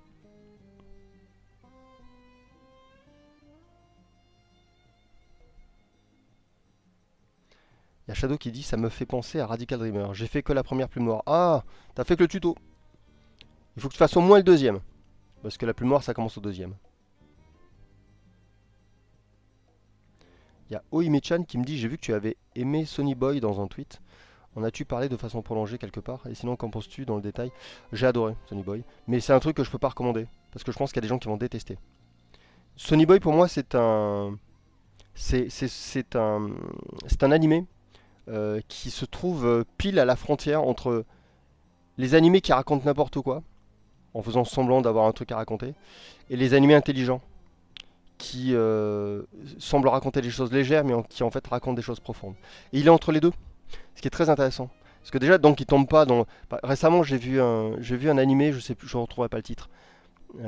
C'était quelque chose Even. Et en fait, c'est un animé qui est très joli, mais en fait qui raconte rien. Et c'est pas le cas de Sonny Boy. Je trouve que Sonny Boy ne tombe pas dans ce travers-là. Et j'ai vu même des épisodes il y a des épisodes de Sonny Boy qui m'ont vraiment. Il faut que je parle lentement, hein. Il y a des épisodes 2 de Sonny Boy qui m'ont vraiment marqué. Il y en a un avec des fourmis, il y a une espèce de monde à l'envers, comme ça, où en fait il y a une espèce de parallèle entre les fourmis et les humains qui travaillent. Je trouvais ça très intéressant. Et je trouve que Sonny Boy est un. Le gars qui a écrit Sonny Boy sait écrire. Voilà. Et en fait, c'est pas courant. Souvent, je regarde des animés, je me dis ils sont très très beaux, mais le gars qui a écrit, il sait pas écrire. Voilà. Et Sonny Boy, le mec sait écrire. Alors je dis pas que c'est un grand scénario, je dis pas ça, hein. Je dis juste que, en fait, vous savez quoi? Un bon scénariste, qu'il ait quelque chose à raconter ou pas, ça sera toujours intéressant. Parce qu'un bon scénariste, bah, c'est quelqu'un qui sait raconter. Et donc même si ce qu'il raconte n'est pas intéressant, enfin même si le sujet n'est pas intéressant, il va vous le rendre intéressant. Et c'est un peu ça Sonny Boy. Sonny Boy, on a l'impression que c'est un bon scénariste, on lui a dit, bah, essaie de raconter un truc un peu échevelé. Et un truc où il n'y a pas forcément, on n'a pas, où il n'y a pas forcément un but à atteindre. C'est-à-dire que c'est pas Gon qui va chercher son père.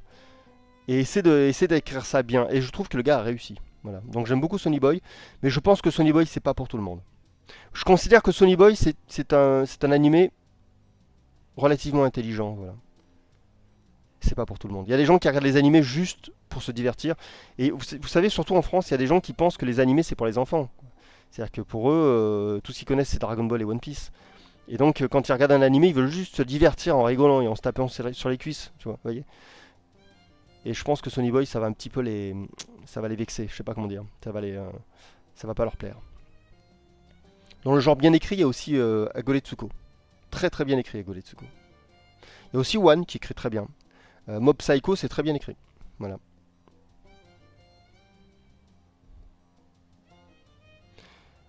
Paisible a dit j'ai voulu faire découvrir la plume noire à un membre de ma famille. Elle a eu peur rien qu'à l'intro. Celle-là, ça m'impressionne de lire ça. Il y a Mindbloom qui dit tu pourrais faire répondre les spectateurs. Absolument, tout à fait. Je comptais bien le faire, oui. Bah oui, on est sur Twitch quand même, il faut que je vous mette à la contribution. Si je fais le jeu tout seul sans vous, c'est exactement ce que je ferais, oui. Donc oui, peut-être qu'un jour je le ferai, ouais. Il faudrait que je fasse des tests. Après, c'est vrai que ouais, faudrait que j'essaie, même si ça marche pas. Il faudrait qu'on se lance comme ça, en se disant on va voir si ça marche. Il faudrait même carrément qu'on essaye ensemble sans préparation. Ça pourrait être amusant. Alors Tacos me dit est-ce que tu as lu les premiers one-shots de Fujimoto? Quelques-uns, pas tous. C'est sympathique. C'est sympathique. C'est un, c'est un auteur qui en a sous le coude. Voilà, Fujimoto, c'est sympa.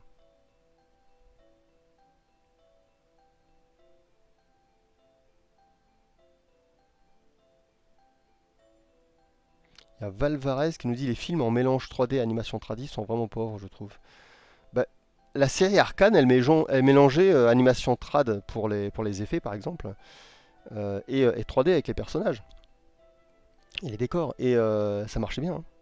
Donc c'est peut-être pas une question de technique, peut-être une question de savoir-faire.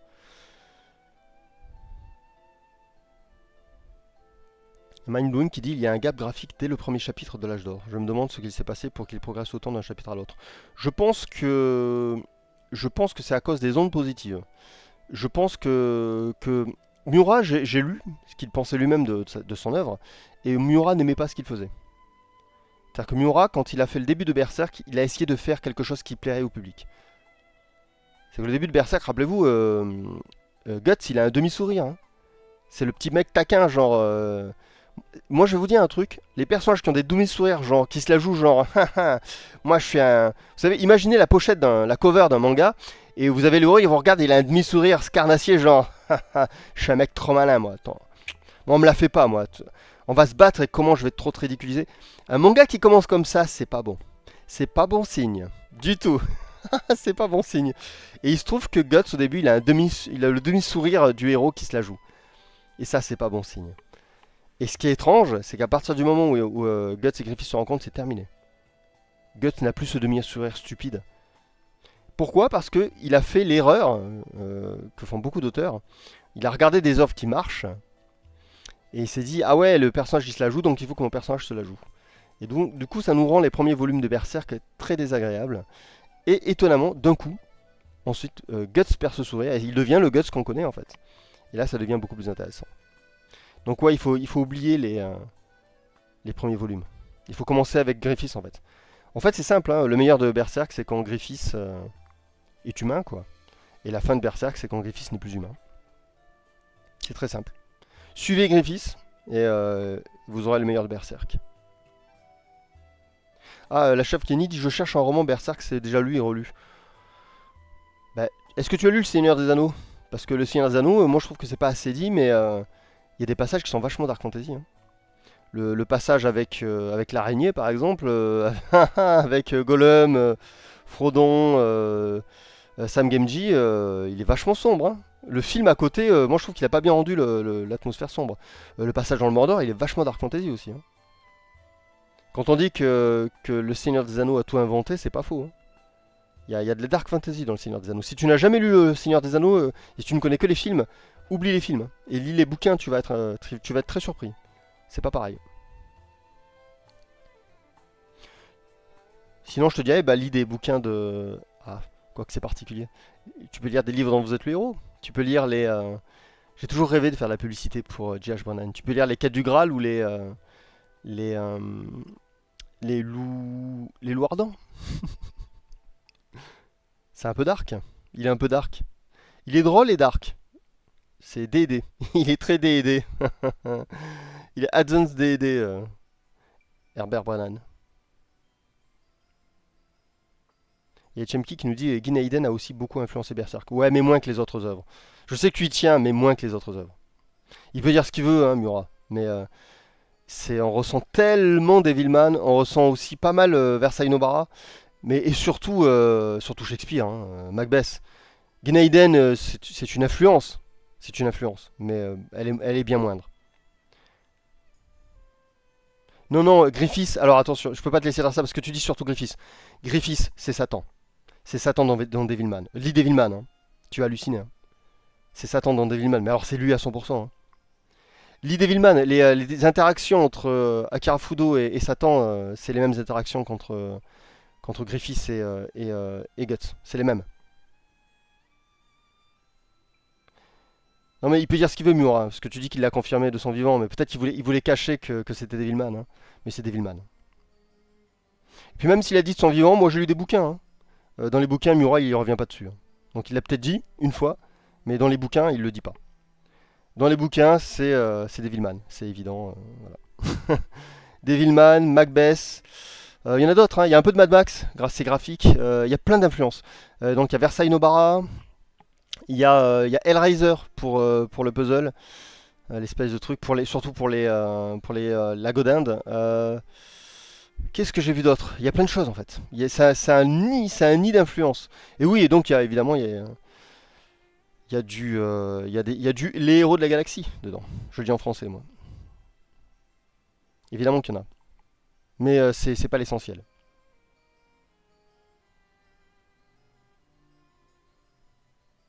Il y a même le Death Dealer de Frazetta. Il y a le Death Dealer de Frank Frazetta quand même, avec le Skull Knight. Donc il y a des rêves folles en fait. Mais les plus grosses rêves, les deux plus grosses rêves pour moi de Berserk, c'est. Il y a même du Excalibur de Bourman hein, dans Berserk.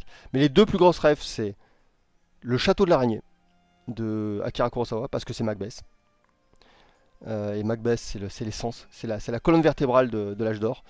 Et Devilman de Gonagai. Voilà. Et d'ailleurs, en parlant de Devilman de Gonagai, je vous conseille vivement de regarder ma nouvelle objection qui vient de sortir, là, il y a une demi-heure. L'objection 137 sur Patreon. Parce que, parce que voilà, on va parler de ce grand maître qui est Gonagai. Et donc, il y aura du Berserk, il y aura du Devilman. Voilà.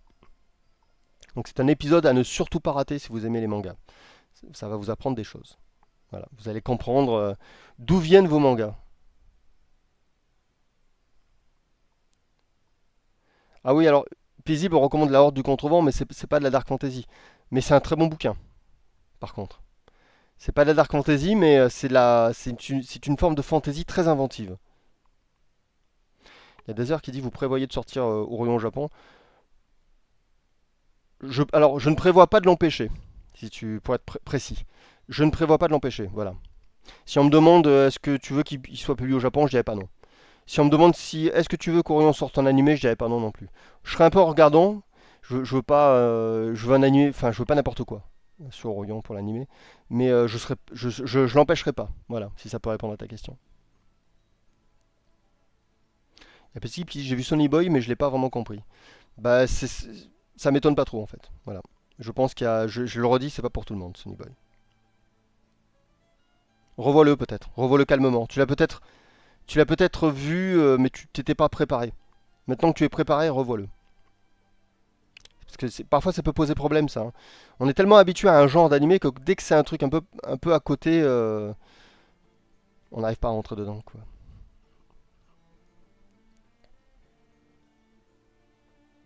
Alors encore une fois, il y a quelqu'un qui recommande un livre qui n'est pas de la Dark Fantasy, c'est Les Princes d'Ambre de Zelazny.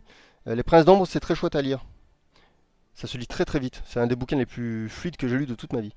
Il y a plusieurs bouquins, hein, mais je parle surtout du premier. Mais du coup, à ce compte-là, on peut aussi conseiller Dune, hein, ça va aller très loin. Non, c'est pour ça, la Dark Fantasy, il n'y en a pas beaucoup. Il y a, je ne retrouverai pas le titre, si quelqu'un l'a. Ça s'appelle... Ah, je ne retrouverai pas. Parce que tout le monde connaît évidemment le Trône de Fer. Je te le recommande d'ailleurs, si tu as vu la série, bah, les bouquins sont mieux, hein, moi je trouve. Donc c'est le Trône de Fer, c'est Game of Thrones hein, en France. Mais il y a aussi... Ah, il y en a un deuxième qui est pas mal connu aussi. Je crois qu'il y a Horde dedans. Mais c'est pas la Horde du Contrevent. Citez-moi des romans de fantasy des années 80-90 qui ont fait parler d'eux, comme Elric par exemple. Elric c'est sympa par exemple, voilà. Est-ce que c'est de la dark fantasy Elric? Je suis pas sûr. Mais Elric c'est sympa. Mais c'est par contre ça a dû vieillir. Ah Clems nous dit j'ai adoré Sonny Boy et la suite de Tatami Galaxy. Bah moi aussi. Je l'ai pas vu. J'ai dit moi aussi, mais en fait je répondais à Tatami Galaxy. J'adore Tatami Galaxy, j'ai toujours pas vu la suite, mais je suis sûr qu'elle sera géniale. Voilà. J'aime bien ce genre-là en fait.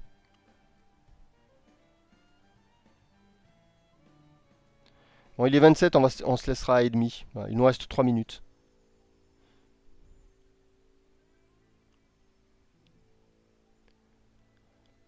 Pour réitérer ma question, nous dit la chèvre Kenny, connaîtrais-tu un bon roman dont le personnage sera amené à faire des choix qui vont à l'encontre de ses principes? L'Odyssée de Homère. Ulysse il fait des choix qui vont à l'encontre de ses principes, mais bon, il faut bien survivre.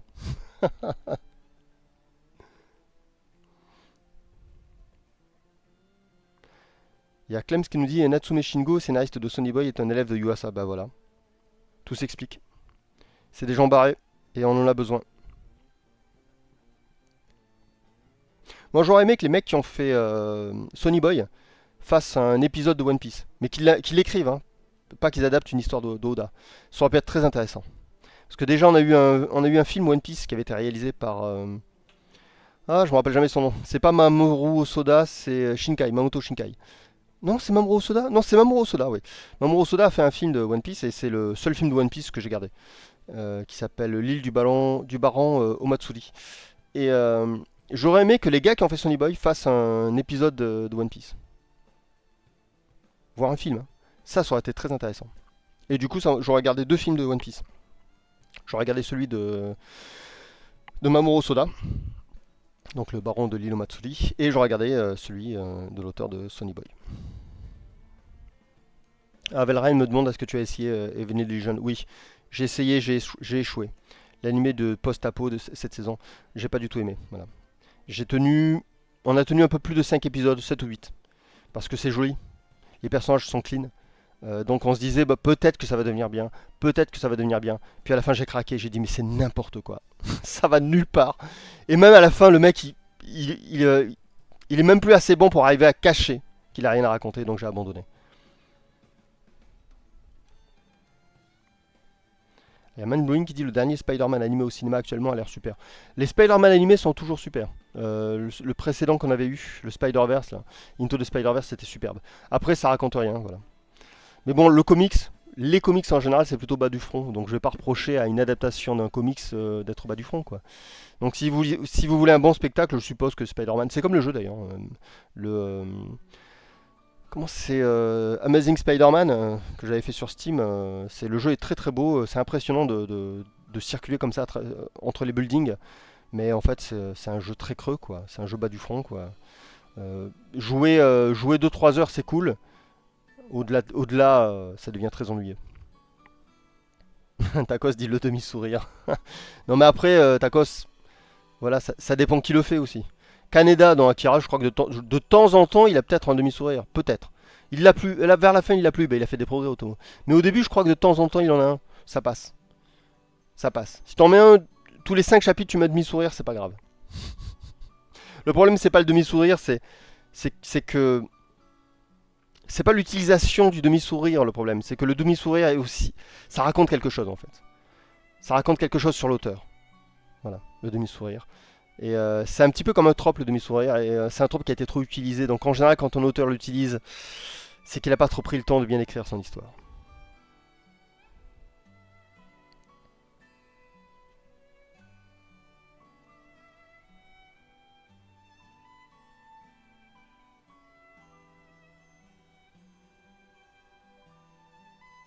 Shadow qui dit oui, maintenant que tu le dis, Satan et Griffiths, j'avais pas fait le lien.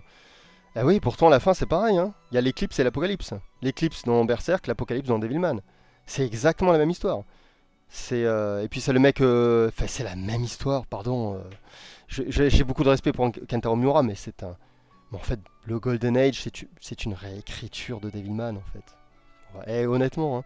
Surtout que le principe de l'enfer, c'est-à-dire que les ténèbres, le côté dark de Berserk, s'inspire beaucoup en fait de l'enfer de Dante Alighieri, enfin de la Divine Comédie.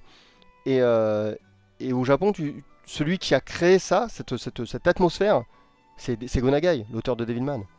C'est-à-dire que Berserk est un enfant de Gonagai. C'est évident. Mais et après, il faut avoir lu Devilman de Gonagai, et puis il faut s'intéresser à Gonagai et à son histoire. Gonagai, c'est lui le premier à avoir pris la symbolique chrétienne et l'enfer chrétien tel que perçu par les chrétiens, et à l'avoir mis dans un manga, quoi. C'est le premier à avoir utilisé ça. C'était très exotique pour les Japonais. Et c'est lui d'ailleurs, il a adapté carrément la Divine Comédie, hein, c'est-à-dire l'enfer chrétien, enfin l'enfer à la mode chrétienne traité par Dante Alighieri. Gonagai a carrément fait une adaptation en manga, hein, de la Divine Comédie. C'est normal que des gens comme Miura aient été marqués par ça. Parce qu'ils ont découvert une forme d'enfer qu'ils ne connaissaient pas. Oui, pour nous c'est banal. L'enfer pour nous c'est banal. On est sous le joug chrétien, nous. On a vécu ça. Mais pour les Japonais c'est exotique. Donc quand ils ont vu ça dans un manga comme Devilman ou Mao Dante de Gonagai, les Japonais ont été subjugués. Pour eux, il y a un avant et un après.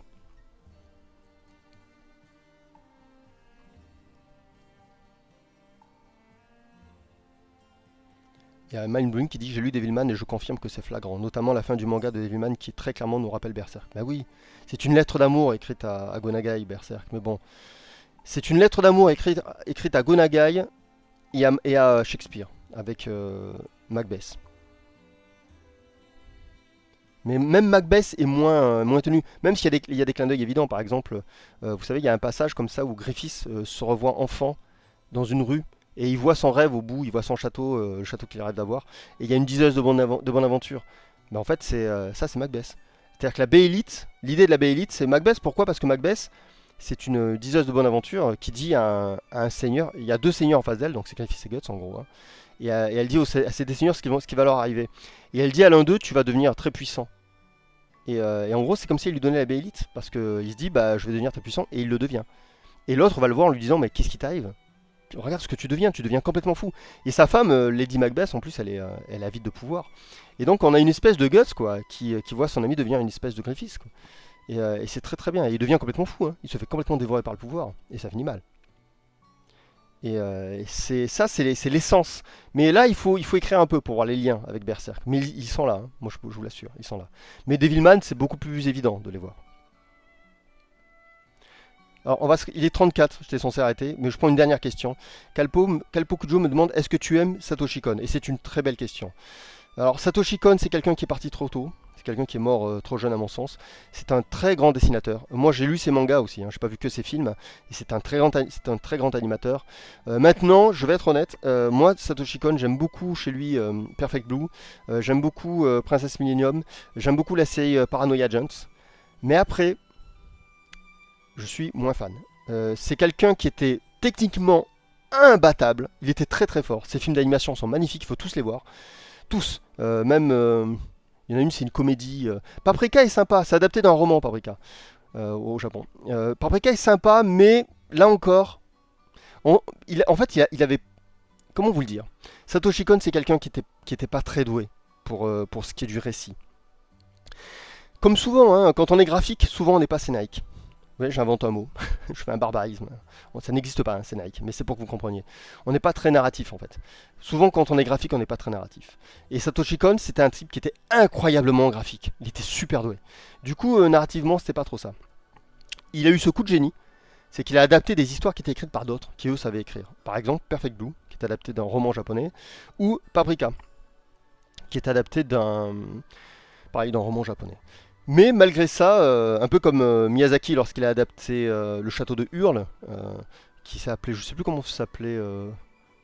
Ouais, je crois que c'était presque le château de Hurle en français, l'animé, ou Hollow Castle, Halls, le château de Halls. Enfin, il y a eu une très mauvaise traduction. Bon, bref, ils n'ont pas compris que c'était Hurle.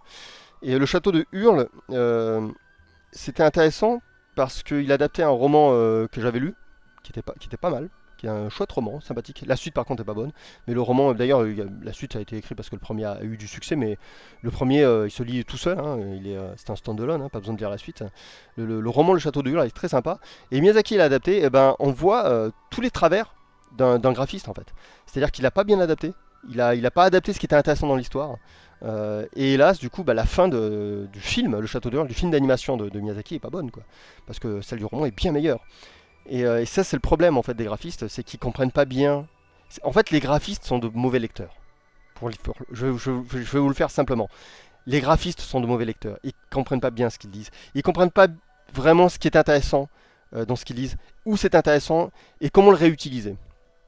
Par exemple, Del Toro, le réalisateur, hein, Del Toro, c'est un type qui est très doué pour faire de la direction artistique. Il fait des films magnifiques, mais narrativement, c'est pas bon. Pareil, Robert Rodriguez fait des films magnifiques, mais narrativement, c'est pas bon. Et Satoshi Kon, c'est pareil. Satoshi Kon fait des films magnifiques, mais je dis, avec lui, en général, c'est pas très bon narrativement, mais il y en a quelques-uns en tout cas, il est bien meilleur que Rodriguez et Del Toro. Par exemple, là, il a fait Perfect Blue, j'ai rien à dire. Perfect Blue est parfait. Mais c'était son premier, donc je pense il était pas encore trop sûr de lui, donc il s'est vraiment appuyé sur le bouquin. Par contre, quand il a fait Paprika, je pense qu'il était très sûr de lui. Satoshi Kon, et ça se sent.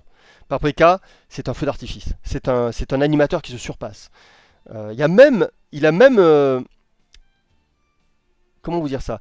Il s'est même permis à un moment dans une scène dans Paprika de dire à un autre film d'animation, regarde, j'essaie de faire mieux que toi. Et ça, c'est drôle. Mais ce qui est drôle, c'est qu'il a fait ça à un film d'animation qui lui-même... Enfin, il y a un autre film d'animation qui sortira après, Paprika, qui fera la même chose, et pour la même scène. Donc il y a presque une trilogie, un jour on en parlera. Peut-être qu'un jour je ferai une objection là-dessus. Il y a une trilogie de films d'animation comme ça qui se renvoient la balle, et c'est assez amusant, avec une scène. Bref, voilà. Satoshi Kon, gros respect. C'est un maître, Satoshi Kon. Mon seul regret, c'est qu'il se soit pas autant remis, qu'il n'ait pas fait davantage confiance à l'écriture, comme il l'a fait avec Perfect Blue sur ses autres films. Il y a un critique qui a dit de Perfect Blue, si Alfred Hitchcock avait fait un film d'animation, ça aurait été Perfect Blue. Je peux vous dire que c'est une... il pouvait pas faire un plus beau compliment à Satoshi Kon. Voilà. On va s'arrêter là. Il est 13h38. On a beaucoup débordé. Comme toujours, je vais lire les crédits. On va lire le staff du jour, hein, puisque vous avez été... Je vous le rappelle, c'est vous, hein, ce live c'est le vôtre, c'est pas le mien. Donc c'est vous les stars. Donc, alors, le staff du jour. Alors, il y a 3 jours, j'ai été suivi par... Alors comment on peut le dire ça? Art Tiger. Art Tiger, on va t'appeler. Hazard Tiger. Donc, tu as un nom particulier, mais merci de m'avoir suivi, Hazard Tiger. Il y a 2 heures, Shadow a renouvelé son abonnement. Merci Shadow, je te l'ai dit. Alors c'est marrant parce que Twitch te remet une couronne. Tu as une couronne. Tu es le roi du jour, carrément. Twitch a raison. Merci à toi Shadow de soutenir ce stream. Sans toi, je ne serais pas là. Et le stream encore moins. Jean Berserk m'a suivi il y a 1 heure. Drakilians m'a suivi il y a 1 heure. Merci Drakilians. Merci Jean Berserk. Au bordel Pitou, qui a un nom incroyable, m'a suivi il y a 55 minutes. Rivan, 31 700, m'a suivi il y a 55 minutes. Poudlardo m'a suivi il y a 51 minutes. Qu'est-ce qui s'est passé il y a 50 minutes? Il s'est passé des choses. Il y aurait eu une descente, je ne sais plus comment on appelle ça. Une intrusion de gens sur le chat. Poudlardo m'a suivi il y a 52 minutes. Merci Poudlardo. On a Ziad, 1252, qui m'a suivi il y a 49 minutes. Merci Ziad. On a I Got Do Said By You, qui m'a suivi il y a 49 minutes. Merci à I Got Do Said By You. On a Salade Mondaine, excellent, qui m'a suivi il y a 44 minutes. Je veux dire vous, qui nous a suivi. On a Akaleishi, qui nous a suivi il y a 5 minutes. Donc c'est tout récent. On a Nesresdi, ou Nesresdai, qui nous a suivi 7 minutes. 7 minutes, attention, C-E-D-T-E, pas il y a 7 minutes. Là, dans la minute courante, on a Kalpokujo qui a pris un abonnement là, maintenant, dans 7 minutes. Donc merci Kalpokujo, mieux vaut tard que jamais. tu es très précis, voilà. Et on a Sinrox60 qui nous a suivis là, maintenant, à la seconde, quoi. Donc, je redis tous les noms pour les remercier bien sérieusement. Donc, je remercie Assar Tiger, Shadow, Kisuke PGM, c'est Kisuke PGM, Jean Berserk, Drakilians, Au Bordel Pitou, DVM Sakis, Rivan 31 700, Poudlardo, Ziad 1252, I Got Said By You, Salade Mondaine, Akaleishi, Neresdai, si on le prononce en anglais, ou Neresdi en français, ou Neresdie peut-être en japonais, Kalpokujo et Sinrox60. Merci à vous tous, vous êtes les héros du jour. Ça me fait plaisir de savoir que vous vous intéressez à ce que je dis, même si je parle beaucoup, je suis désolé, et même si je pars très très loin de temps en temps. Bref, merci à vous. On va se quitter là. Avant ça, évidemment, vous le savez, j'ai une contrainte. Je dois lire une phrase dans un livre, ça vous le savez. Je ne vous quitte jamais sans lire une petite phrase dans un petit livre. Ce livre s'appelle... Écoutez, il est dans mes mains. Là, ouais. Ça s'appelle Pensée laconique. La vérité est un mensonge qui nous plaît. Vous pouvez le trouver sur Amazon. Je vais lancer les dés. Ça, c'est mon petit clin d'œil à l'univers holistique et au livre dont vous êtes le héros. Je lance 3 dés, comme à chaque fois. Qui nous donne 421. 421. Je vais à la page 421 de ce merveilleux livre qui est Pensée laconique, que vous pouvez trouver sur Amazon, que je vous recommande vivement, avec plein de phrases dignes des plus beaux tweets qui ont été postés depuis la création de tweets.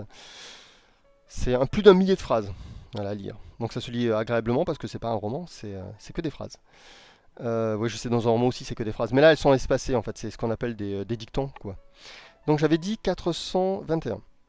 Donc 421. Et attendez, il faut que je trouve la page. Elles sont numérotées ces phrases, donc du coup, je vais vous lire la page 421.